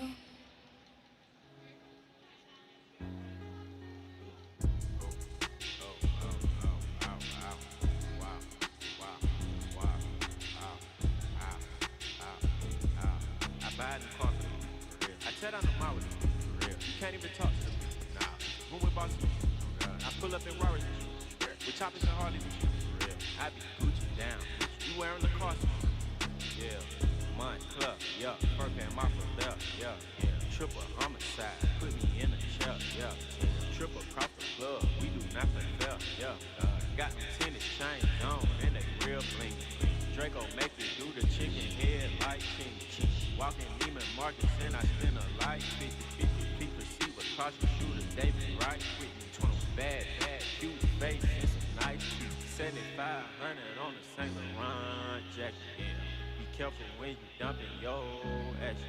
I ain't no sucker, I ain't cuffing no action. The streets raised me, I'm a holder. I bought a Rari just so I can go faster. Trying to copy me, they plan catching. I might pull up in a ghost, no catching. I've been smoking gas and I got no. I got 1, 2, 3, 4, 5, 6, 7, 8 M's in my bank account. Yeah, in my bank account. Yeah, in my bank account. Yeah, in my bank account. Yeah, in my bank account. Yeah, in my bank account. I got 1, 2, 3, 4, 5, 6, 7, 8 shooters ready to gun you down. Yeah, ready to gun you down. Yeah, ready to gun you down. Yeah, ready to gun you down. Yeah, ready to gun you down. Yeah, ready to gun you down. Yeah, dawg. Yeah, not for real, dawg. 21 prayed about the season. I got a house to heal, dawg. 21 wanna see your body. Get you killed, dawg. Whack. Wanna tweet about me. Get you killed, dawg. Real, dawg. I'm a real, dawg. You a live, dawg. Build, dawg. Wanna build, dawg. Chase a meal, dawg. Don't write in your beat like O'Neal, dawg. Stretch I shoot like Reggie Neal, dawg. Chopper sting you like a heel, dawg. I got 1, 2, 3, 4, 5, 6, 7, 8 M's in my bank account. Yeah, in my bank account. Yeah, in my bank account. Yeah, in my bank account. Yeah, in my bank account. Yeah, in my bank account. I got 1, 2, 3, 4, 5, 6, 7, 8 shooters ready to gun you down. Yeah, ready to gun you down. Yeah, ready to gun you down. Yeah, ready to gun you down. Yeah, ready to gun you down. Yeah, ready to gun you down. Ruler clip, send a ruler hit, pull up on your feet. She say that I got a ruler deep. Spray your block down. We not really with that rule. I shoot block car now. I don't really get no about who I hit. Yeah, yo, she get jiggy with me. Keep that ciggy with me. I'm mad, you know I got Ziggy with me. Keep a mad, in case any wanna get busy with me. Rari mad black, and I got a Bentley. I got 1, 2, 3, 4, 5, 6, 7, 8 M's in my bank account. Yeah, in my bank account. Yeah, in my bank account. Yeah, in my bank account. Yeah, in my bank account. Yeah, in my bank account. I got 1, 2, 3, 4, 5, 6, 7, 8 shooters ready to gun you down. Yeah, ready to gun you down. Yeah, ready to gun you down. Yeah, ready to gun you down. Yeah, ready to gun you down. Yeah, ready to gun you down. 7,500 on the Saint Laurent jacket. Be careful when you dumping your action. I ain't no sucker, I ain't cuffing no action. The streets raised me, I'm a holder. Do you know I will carry you home? Whether it's tonight or 55 years down the road. Oh, I know there's so many ways this could go. Don't want you to wonder, darling, I need you to know. We were talking to the sunset, throwing dreams against the wall. I know none of them are stuck yet, but I bet it on you, honey. Oh, I would risk it all. These days, these nights, it's changing my mind is set on you. I'm not afraid to say it's true. Oh, I hope you know I will carry you home, whether it's tonight or 55 years down the road. Oh, I know there's so many ways that this could go. Don't want you to wonder, darling, I need you to know, in this and every life, I choose us every time.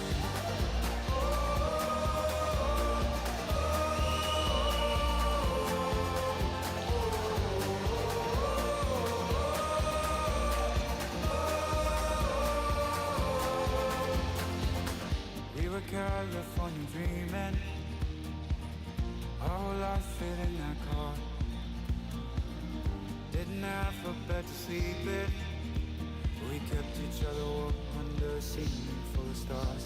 These days, these nights, changing my mind, set on you. I'm not afraid to say I do. Oh, I hope you know I will carry you home, whether it's tonight or 55 years down the road. Oh, I know there's so many ways that this could go. Don't want you to wonder, darling, I need you to know, in this and every life, I choose us every time.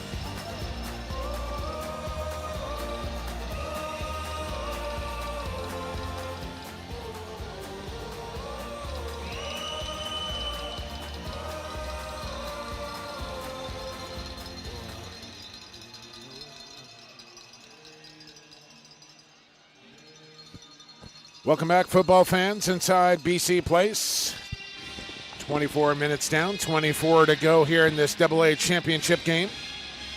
Jake Elliott, the Hall of Famer, Jay Prepchuk with you here on BC School Sports YouTube channel. And it was a dominant opening half there for the Vernon Panthers as they lead the Pipers 27-0 and will receive the football to start the second half.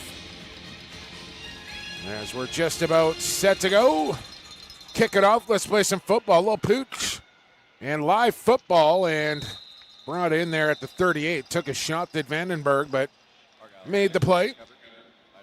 Yeah, good idea not to kick the ball deep to Aiden McDonald, as we mentioned earlier.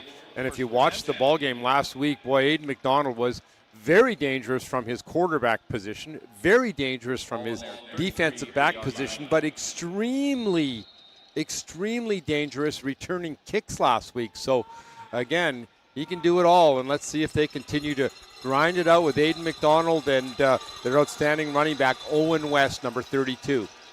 Really dominated along the ground. Took a while to get going, but found a few things they liked later in that second quarter.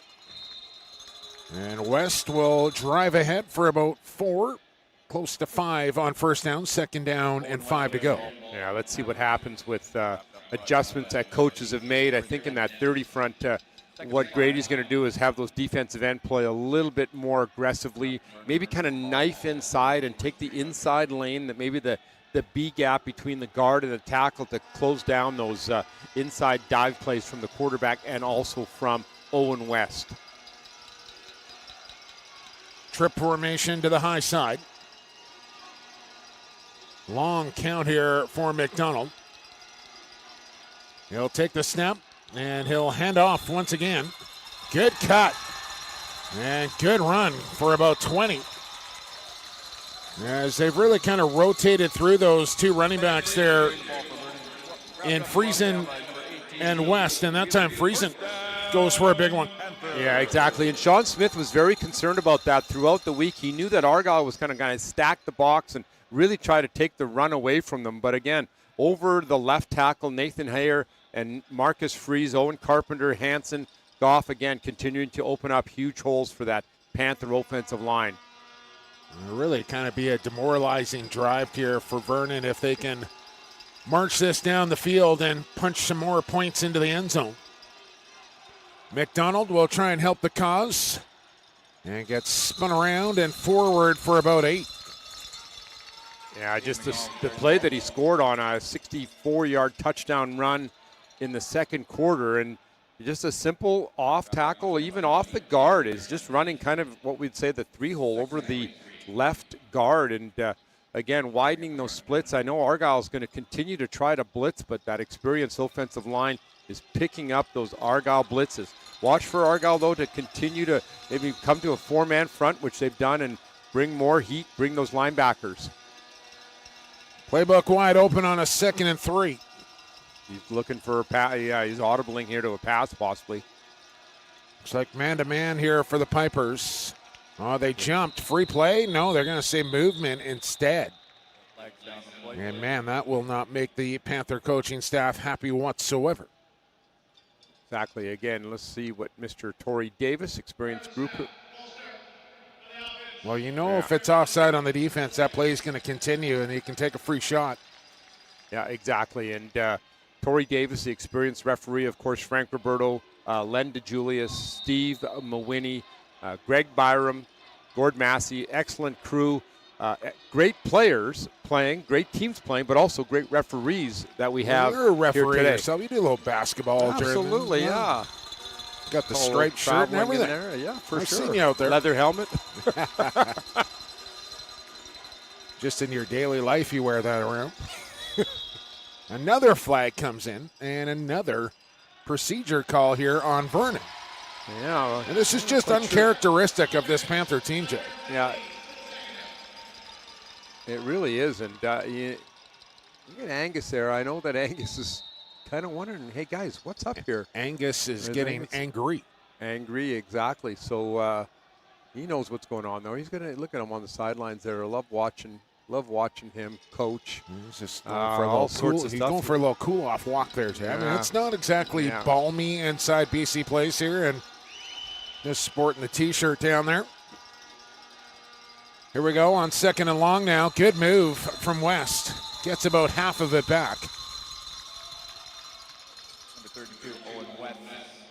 Yeah, that's kind of, exactly what Coach Smith wants here. But you notice, again, the experience, even though it's early in the third quarter, you've noticed Aiden McDonald, the experienced quarterback here, is kind of running that clock down, right? Well, I was going to say, it's clock down. Control the clock here in this second half, I think, is the order of the day for the Panthers. Exactly. And 27 points should be enough, you would think, because Argyle just hasn't really shown the ability to move the ball down the football field here. So the quicker you can burn off the clock, the better for the Panthers. Yeah, exactly. And talking to Grady throughout the week, Grady Sheehan, the excellent defensive coordinator for Argyle, he's, he made it pretty clear, right? I mean, we just have to stop their running game, right? And that's exactly what, exactly what they haven't done tonight, of course, right? And you know what? He said they were, we're excited to play this powerhouse Vernon Panther football club, but boy, oh boy,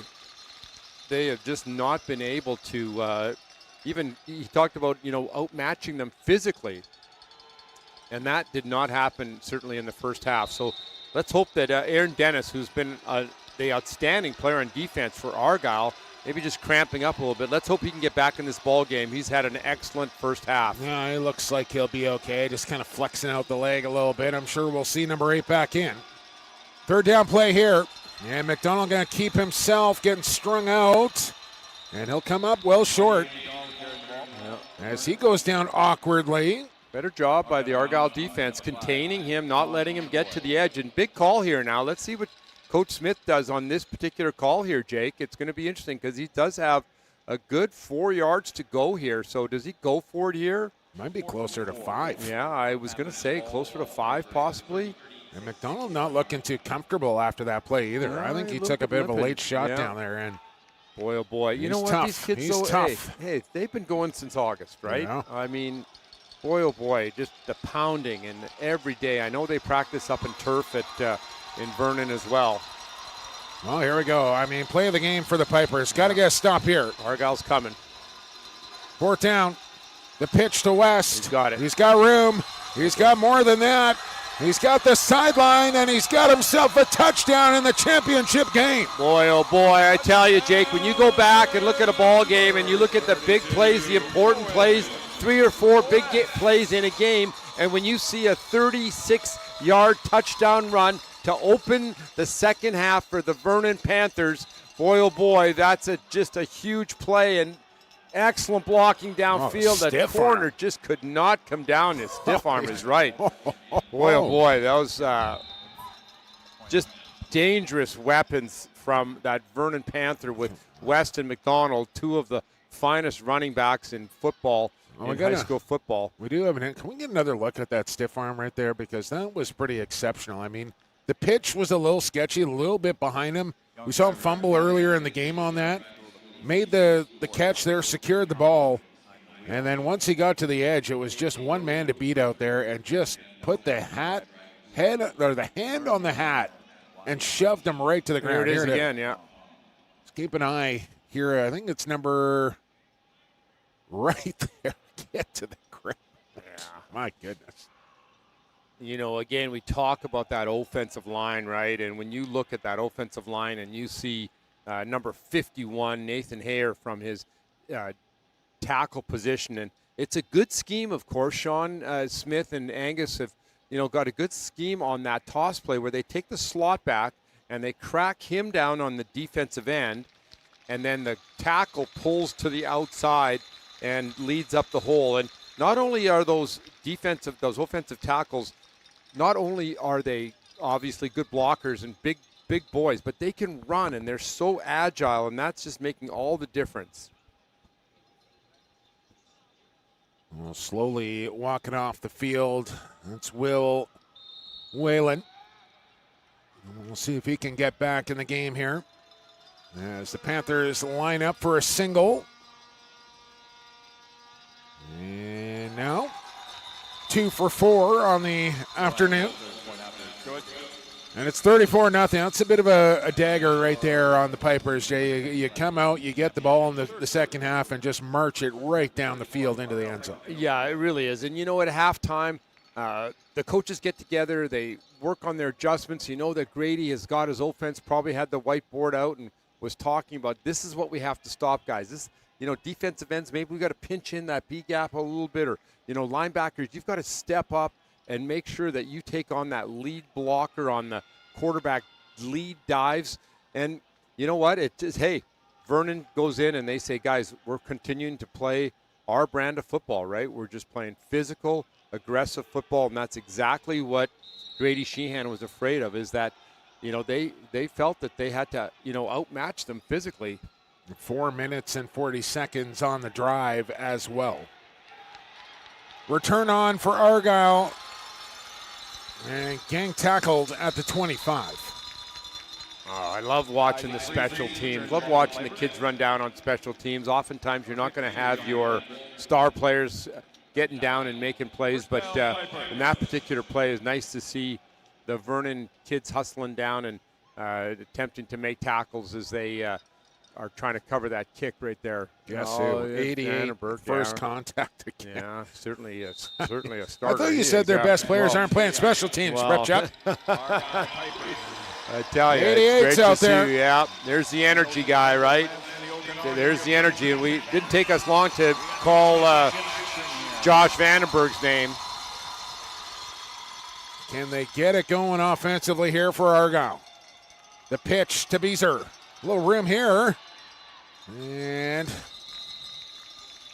it's across the line of scrimmage as he had a blocker out in front there. And I'm looking at 3 from a week ago, Jay, and I'm not sure he's anywhere near 100% today for some reason. I just don't know if he's you can got see all him, the Pistons firing here on Championship Sunday. You can kind of see him hesitate a little bit there, no question. Tentative. And, last week I think he was a little off later in the game. You saw him sitting on the bench last week, so not sure if there's been an injury situation with him, or, like I said, it's a long season, man. And when you're playing defensive line and you're playing running back, boy, that takes a lot of endurance.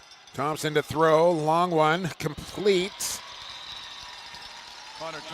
Good gain, but I think about a yard short here. Skinner on the catch. Be 3rd and 1. Yeah, Connor. It's a long throw, Jay.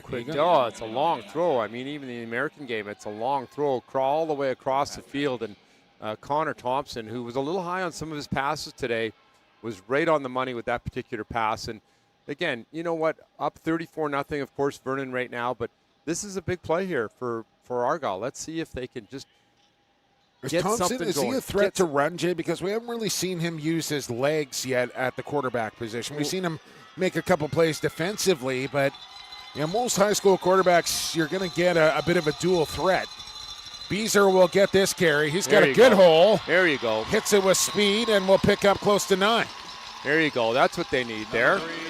Get it going here, Pipers. Let's go. Probably a bit of an adjustment from the Panthers defensively as well now with this 34-0 lead.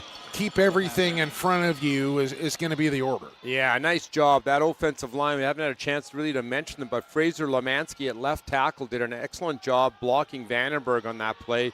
Blumen, Player, Stevens, Jamie Aldrich at the right tackle position.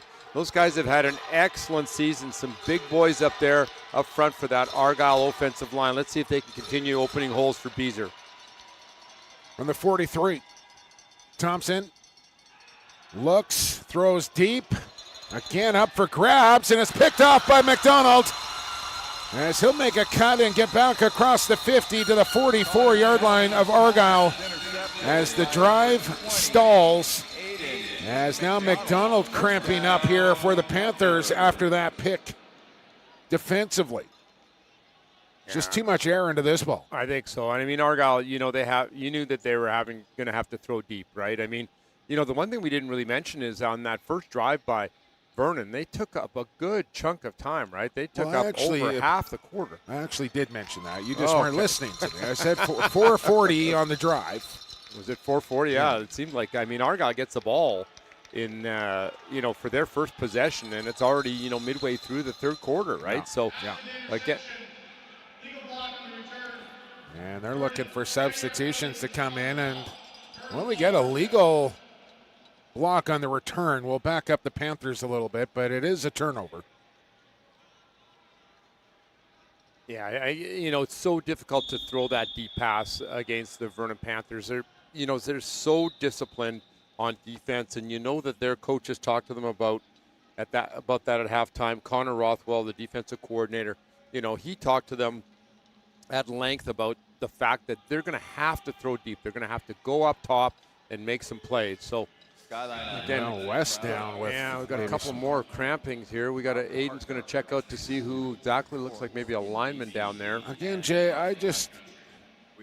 it's not like you're. Yeah, it's Owen West that's down. It's not like you're playing 3 games in a day here in the hot beating sun in Florida or something. You got a full week to prepare for this game, and most importantly, hydrate. Like, you should just be pounding water for a week straight. This is the championship game, and you're telling me you got to come out because you got a cramp? I mean, that's preventable stuff. I don't understand how we see so much cramping in high school football. Yeah, well, especially at this time of the year. And I'm probably getting a little too excited about cramping in high school football, Jay, but honestly, just drink the water, boys. It's good for you. So the last thing that should be happening in a game like this. Aiden McDonald back in the game. That's good to see. But Mr. West, Owen West is out of the game here. But we got number 15 Friesen here. And he's played well today. And he's got himself 12 yards along the ground and another Panther first down. Carrying the ball right over. Yeah, pound the rock. Pound the rock over the big boys. Skinner, first down. Drive your legs. There you go. Pulling guard, little puller there. Just hit that second wave and couldn't quite stay on his feet. Yeah, you're in trouble defensively when your defensive backs are making all the tackles. Yeah, I mean, absolutely. And that's exactly what's happening here in a lot of these plays. That front 6 for Argyle are just not able to get off the blocks and make some plays. So defensive backs puts a lot of pressure on those guys. But Argyle's going to continue to blitz here. Right on the 50 now, and a 1st and 10 here for the Panthers of Vernon. Yeah, it looked like the slot man was moving forward at the snap, but it's Friesen to the Panthers sideline and close. to another 10 yards, and in fact, they'll move the chain gang along the sideline. And Friesen starting to run downhill here now in this second half. Yeah, high and tight. I like it. Ball security. Boy, oh boy, I tell you, just, fundamentals are crucial, and keeping that ball high and tight. Just like your haircut, Prep Check. Just like your haircut. I'm getting a little out of control right now. I got to get the quarterback camp hat back on here. There you go. Is the camera on us now? Or? No, it's not happening. Clock is moving down to 3:25. McDonald on the handoff. Friesen on 3-step fumble, and the Pipers are on top of it. Just as I was saying, there he is once again. Dennis making a play defensively. All right, just as I said, high and tight. Let's. We're trying to get a look here to see. Okay, let's check this out. Is it a cause fumble? Here we go. Somebody stripping the ball. A little loose there, that's for sure. Number 11, Max Skinner. Nice job, Max Skinner, of getting in there, attacking creating the football. that fumble. There you go. Good job. Punch it out. All right, big turnover for the Pipers. Let's see if they can do something with this. Here we go. The turnover in the middle of the football field here, so still 62 yards to go to pay dirt, but if nothing else, they keep the Panthers out of the end zone. Absolutely. Let's see what happens here.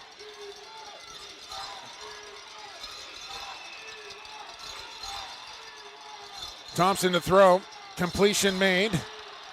And to the line of scrimmage and falls forward for a couple here. There you go. That's what they need. Just kind of nickel and dime here. Get it going. Pick it up a little bit. Hey, special guests in here. Jackson Finley from the BC Lions. How about that? Jackson, jump in here. You're going to have to do some announcing too, kid. Put that on your resume. There's Papa Anthony. How you doing, Anthony? Level 10 fitness kid over there. There you go. I call him a kid too because I coach that kid. There you go. Okay, Jackson, here we go. Outstanding safety. We just had Keelan White in here. Yeah. Keelan said he can beat your butt on a one-on-one anytime. Is that right, Jackson? We haven't gone one-on-one anytime. Not yet, eh? You haven't come down to cover zero to cover him yet? Yeah, we'll have to. Okay, Pipers with a big run up the middle here. I'm going to do a little announcing. Jackson, tell us about your first year with the BC Lions. Yeah, it was great. I'm a hometown kid. I'm from North Vancouver, and I've played in this stadium in the provincial championship before at Vancouver College. So it was really special, being back to watch this and playing for the Lions. It was amazing. It was an amazing first year, and I'm super excited to keep going and to have my family supporting and my friends. Was pretty special. Good for you. Okay, what's happening on this play here? What's the formation? What's the formation you see from Argyle here? 22 formation here. Good. Off back in the pass, rolls out. Got the out. Nice game there. First down. Guy in the flat, little Isaac Friesen, the all-star from North Vancouver. Where did you start your football, by the way? Where did you first put on your first helmet? I bet you I can guess, but you tell us. I played in the GSL football league, so the youth football league in North Vancouver. Yeah. And the grade 5, I believe, my first year playing tackle football. Dad played in the GSL league. I played in the GSL league. Our last announcer, Justin Morrison, played in the GSL league, of course, and then he went on to Vancouver College and had a great high school career. And let's see what happens here. A little toss play. There you go. What are you thinking of as a safety there when you're trying to come across and make that tackle there? You want to kind of play that inside out a little bit. You don't want to. What's your thought process on making that play? Yeah, you got to track the near hip there, of course. But those situations, you're going one-on-one with a running back. You just got to put those pads on tight and try and bring him down any way you can. Would you like to tackle that kid? He's a bit of a load. 6'1", 215, Justin Beezer, right? So you made your big choice out of high school. You had lots of different opportunities to go to different universities. Why did you decide on Western? I thought Western was a great mix of everything it offered. I had academics. I was big on academics coming out of high school. It had a great football program. We ended up winning the national championship in my first year. And then, they had a great social life. I heard great things from everyone that had went there. I decided to kind of take a leap of faith go check it out. And, luckily I had over 100 teammates right away to support me. And Right. yeah. So we know we stressed a lot all day, all week. We talked a lot about academics. Tell us a little bit about your academics, because I understand you're a little bit of a superstar in the classroom as well. Yeah, so this last year, I got my undergrad in biochemistry and cancer biology. Let's get this play first, and then we'll come back to the biology. Hear that, Jake? Right. He's a biology major over here. We got a smart kid.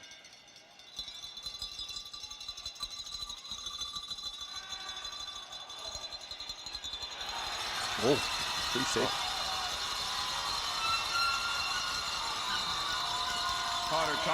How about that? Right on cue there. The safety making a big interception. Yeah, Nash Steele. Great high point there. Yeah, tell us what Nash. Tell us about Nash Steele's thought process as a middle safety here, coming back, and he's reading, not biting on the play action. Not biting. Got it at his highest point over the receiver.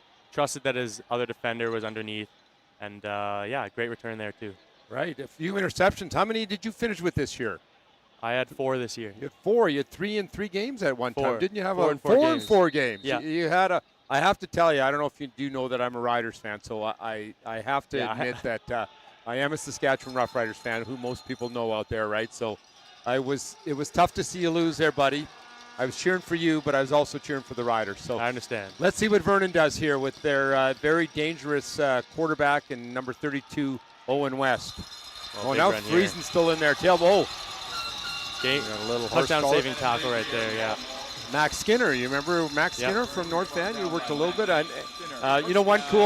One cool thing about Jackson here, that he worked at our football camps the last couple of years. We have our flag football camp in North Vancouver, and Jackson came and coached every year at that camp for the last many, many years. And even when he was with the BC Lions this year, he made a point of coming out and talking to the young athletes there. But okay, so biology major, carry on.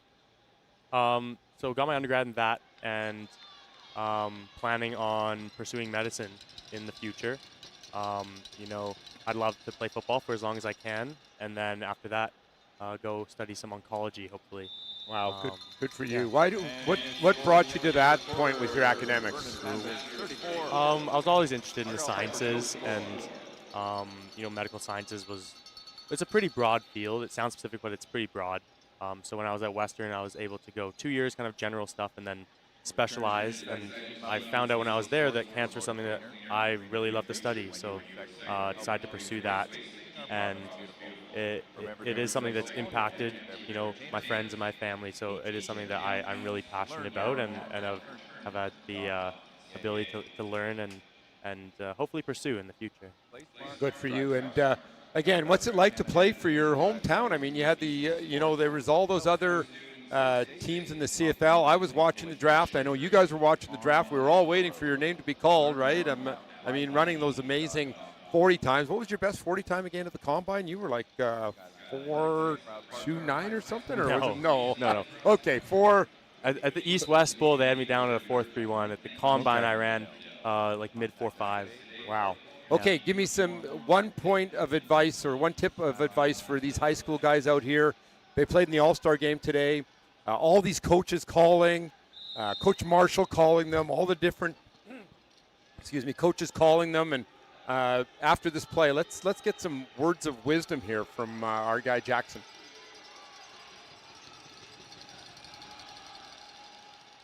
Oh. Pile, that's for sure.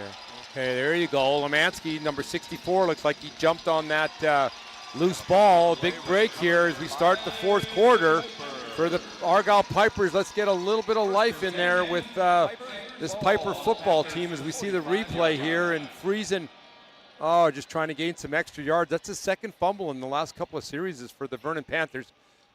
Playing at home at BC Place. I mean, you played here as a high school kid. Tell us how cool was that coming out of the tunnel and oh my goodness, wow. Yeah, it was amazing. I mean, I grew up a BC Lions fan as well. I played half times and pre-games and all that on this field. So it was really special, running out that tunnel, being the one that I used to watch. Right, but you could be a Riders fan too, because let's go Beezer here as we finish off this interview. Jake's getting a little antsy over there to get back in here. But, hey, your dad played for the Saskatchewan Roughriders. Your uncle played for the Saskatchewan Roughriders. So you can kind of have a little bit of a soft spot in there somewhere for the Riders, but not, of course, when you play against them, right? So, that's right. Anyway, so thanks a lot for being here today. You're awesome. I've known you since you were a little guy, right? And at our flight camps always. And it's good to see you giving back. It's good to see you, really focusing on your education. And, I know your parents are very proud of you. We are all Vancouver College are proud of you. And keep up the good work and have a good career. And Dr. Finley someday. Yeah, that's right. Okay. Thank you. And we got to get a picture, of course. As we're calling this play. We're multitasking, right? No, you're in the picture too, Jaker. Okay. Oh, tip. Let's see who got their hand on that.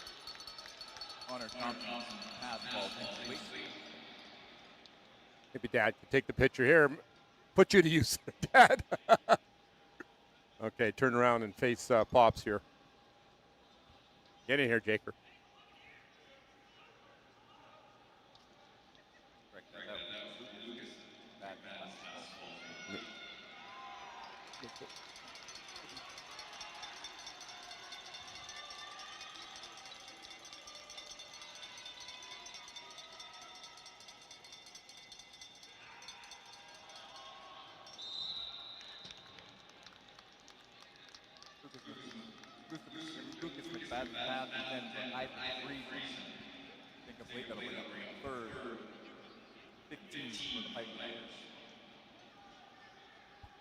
Picture time with Jay Prepchuk. Picture time with Jay Prepchuk. There we go. All right, Jackson. Go get him. Thanks a lot. See you, buddy. You too. Go Lions. Go cover Keelan White somewhere in the stadium. Thank you. Thanks, guys. Beezer on the carry here on third down as I commandeer my headset back here, Jay. Nicely done. Yeah, nice to see you back, Jake. We missed you. Did you go down and get some chicken strips and No, pierogies? 11, you were tempted. 11:02 and counting before that happened. So. Okay, Argyle, come on. Let's go. 4th and 10 here. Let's see if you can pick this up here. And Connor's out of the game right now at quarterback. We've got our backup quarterback in right now, number 17. It's been a tough day all around here for Argyle, really.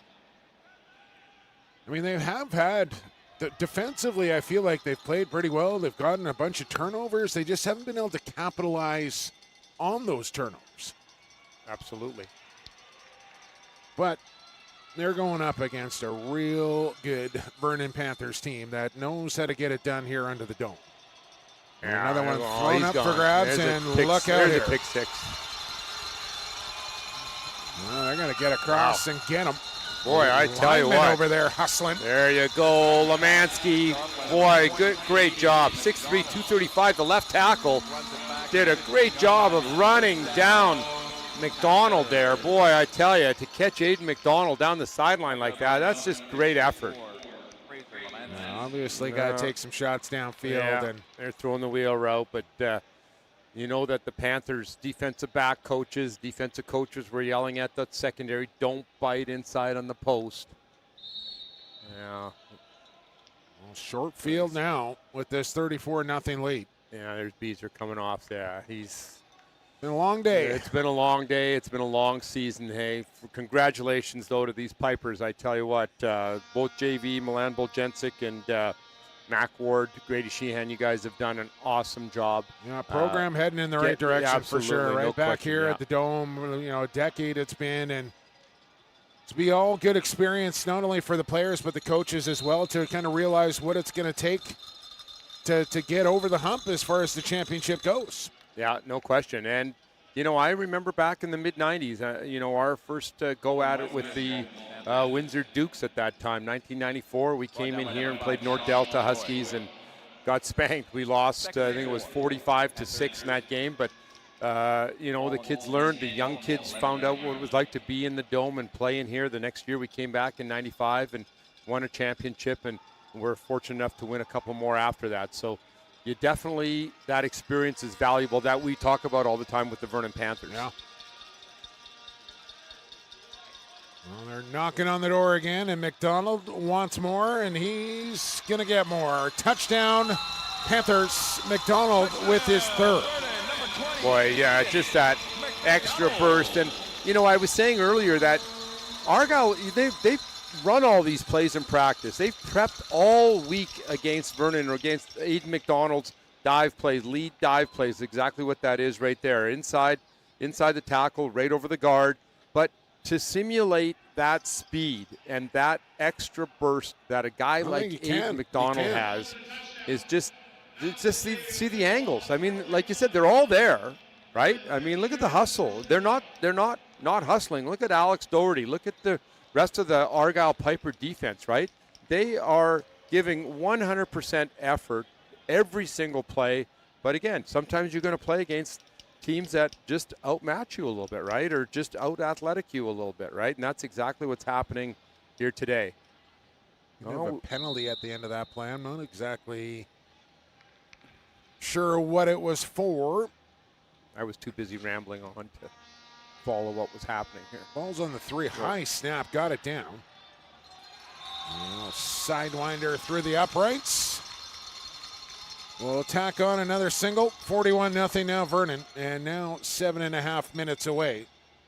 And they do have the clock running here, Jay. Mercy rule in effect here? Yeah, usually they don't have a mercy rule in the playoffs, and especially in the championship game, we still right? got an hour before kickoff for the big one. Time for a nap. Dogwood sandwich. What's that sandwich? Dagwood. Dogwood and Dagwood are much different things, Jay.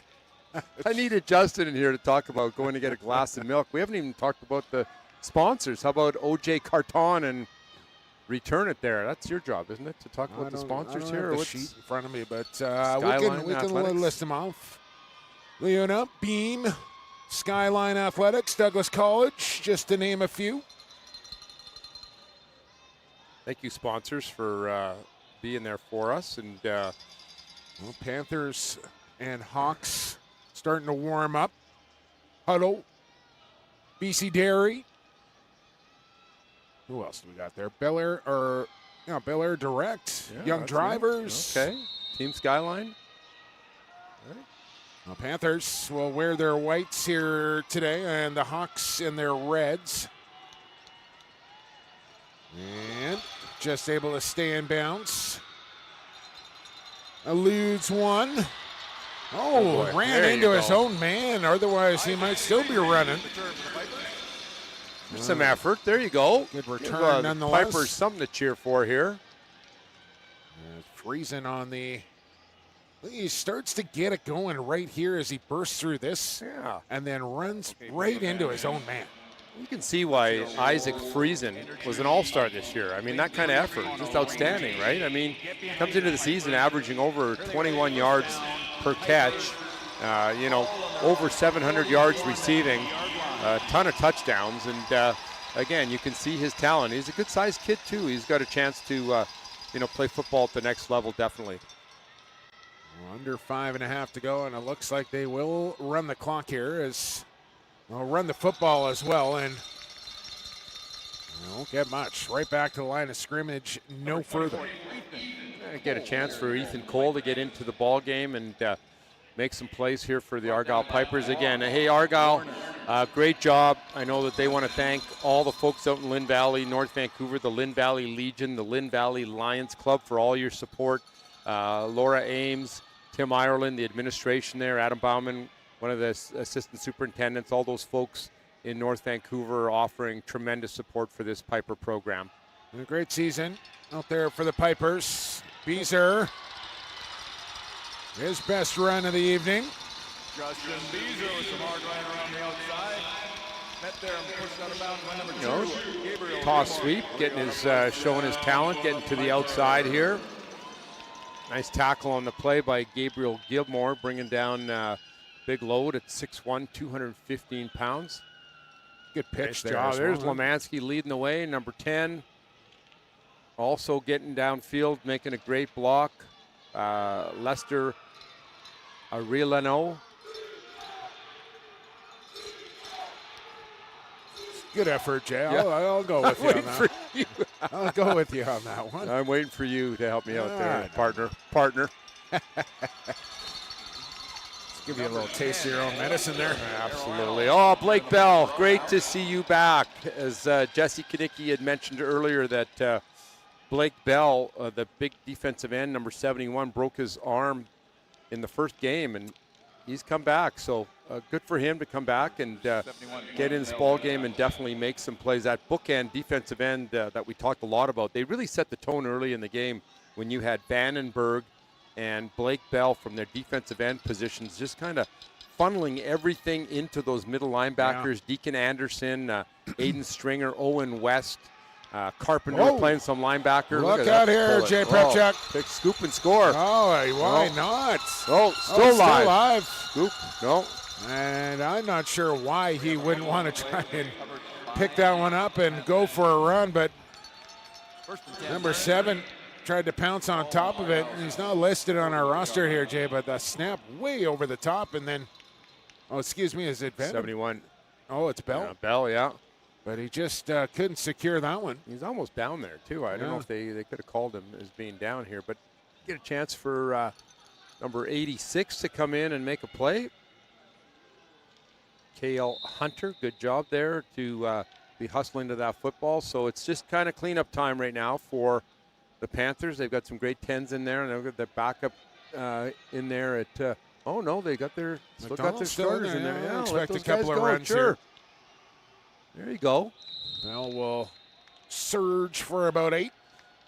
Yeah, I know big decision time here for the folks choosing MVP. Sure. Who's the MVP tonight? Who's the MVP? Who's the best lad? I think we got that one maybe. Aiden McDonald gets my vote. I think 3 touchdowns, probably up over 100 yards along the ground. And done a nice job managing the game, especially coming back after what looked to be a bit of a scary injury in that first quarter, and has responded well. Got a pick as well, Yeah. Well, let's look ahead here. Is it 4? 2 picks, okay. Yeah, let's look ahead here. Tweedsmuir, Mowat, number 1, all season long here for the Hawks. Elijah Black. But this Tweedsmuir team, of course, dethroning the 3-time defending champs. They earned their way into this game. What are you expecting in the AAA final? You know what? I am just going to kick back and talk a little football with you and just enjoy this football game. Like you said, this crazy pass offense that Mowat is showing over this year. One of the most dynamic passing games ever to be on the football field in BC high school football. And then you've got the tough, real aggressive Vernon, Lord Tweedsmuir Panthers, another Panther team. A lot of Panthers running around the stadium today. Why not? And so, you know what? It's going to be a physical against finesse. And, I'm just going to kick back with one of those sandwiches, pierogies, chicken strips, and maybe 2. Enjoy. There you go, Argyle. Play it tough. Hang it in there. Let's see the replay. Let's see some of these kids. You know what? They stripped that thing loose? Came out just a little bit loose here. Right? I think that's it, though, Jay. I don't know if they're going to stop the clock. I think it's over. That's it, yeah. Run it all the way down. Here we go. Coach Smith, where are you? You're going to get a little bath here. Not quite over yet, but they're going to tick her down here, and they're going to wind it down. Hey, great job, Argyle. Heck of a season, guys. Congratulations to the Vernon Panthers as they add another trophy to the case up there in the interior. And they do it in convincing fashion here over Argyle today. 41-0 your final.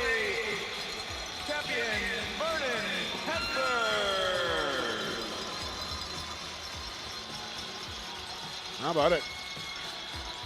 What a team, Jay. What a program up there in Vernon. I mean, Sean just Smith, dominant for guys, years. Oh, no question. Vernon Minor, hats off to you guys, too.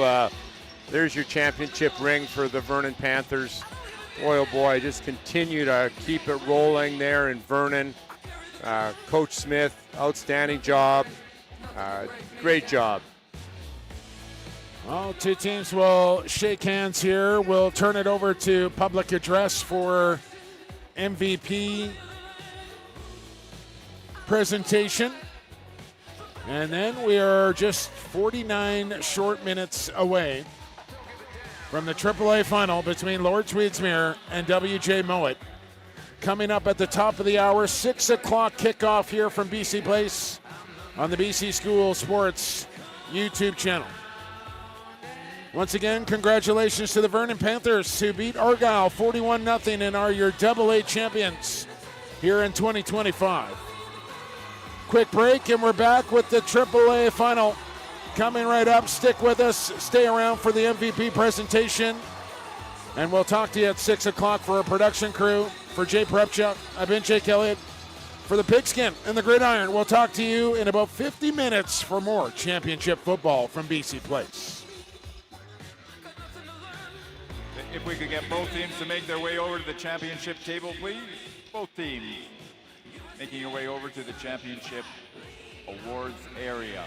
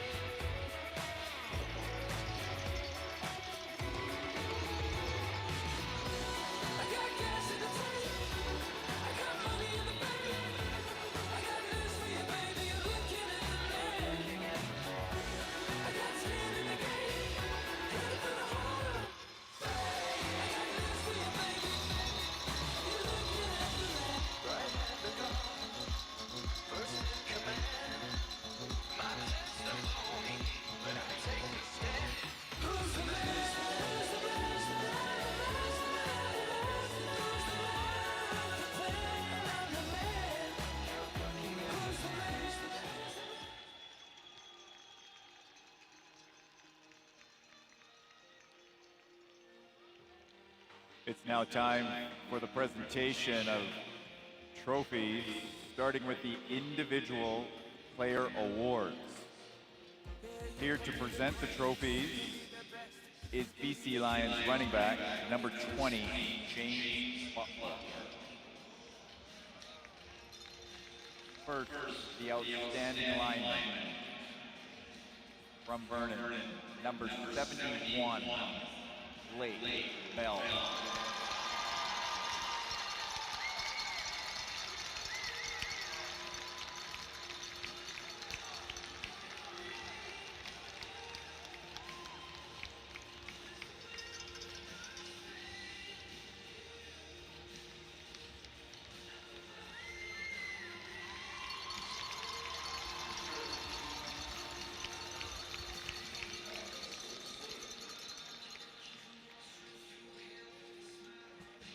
Congratulations, Blake.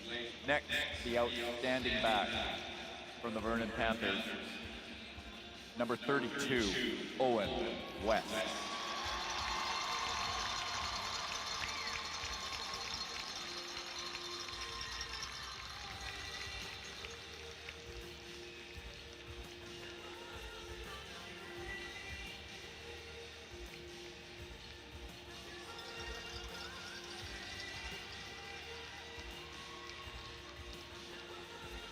And now, the most valuable player of today's championship game, from Vernon, number 20, Aiden McDonald.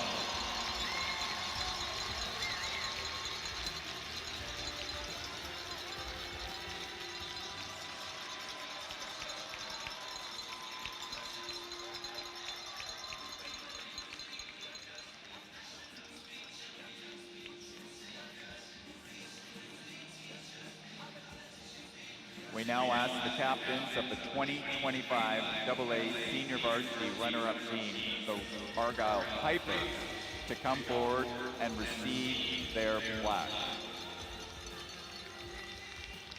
Captains of the Argyle Pipers.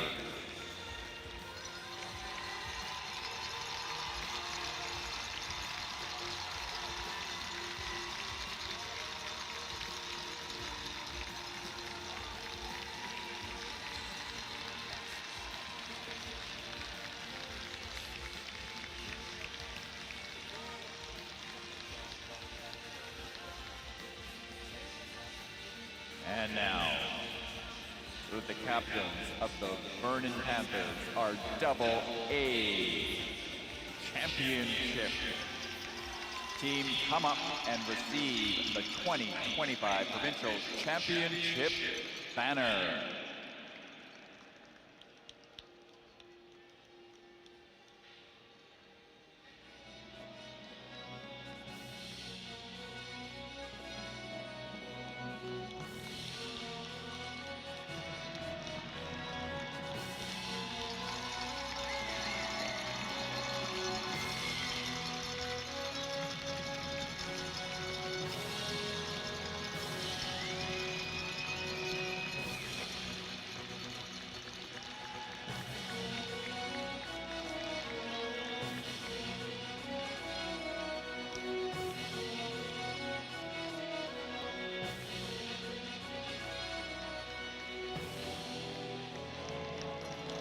Congratulations to all the players from Argyle, all the players from Vernon, all the fans and the coaches from both Argyle and Vernon.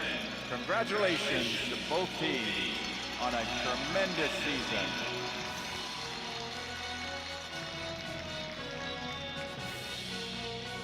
Fans, stay around for the final game featuring the Senior Varsity AAA Championship matchup between W.J. Mowat and Lord Tweedsmuir at 6 p.m.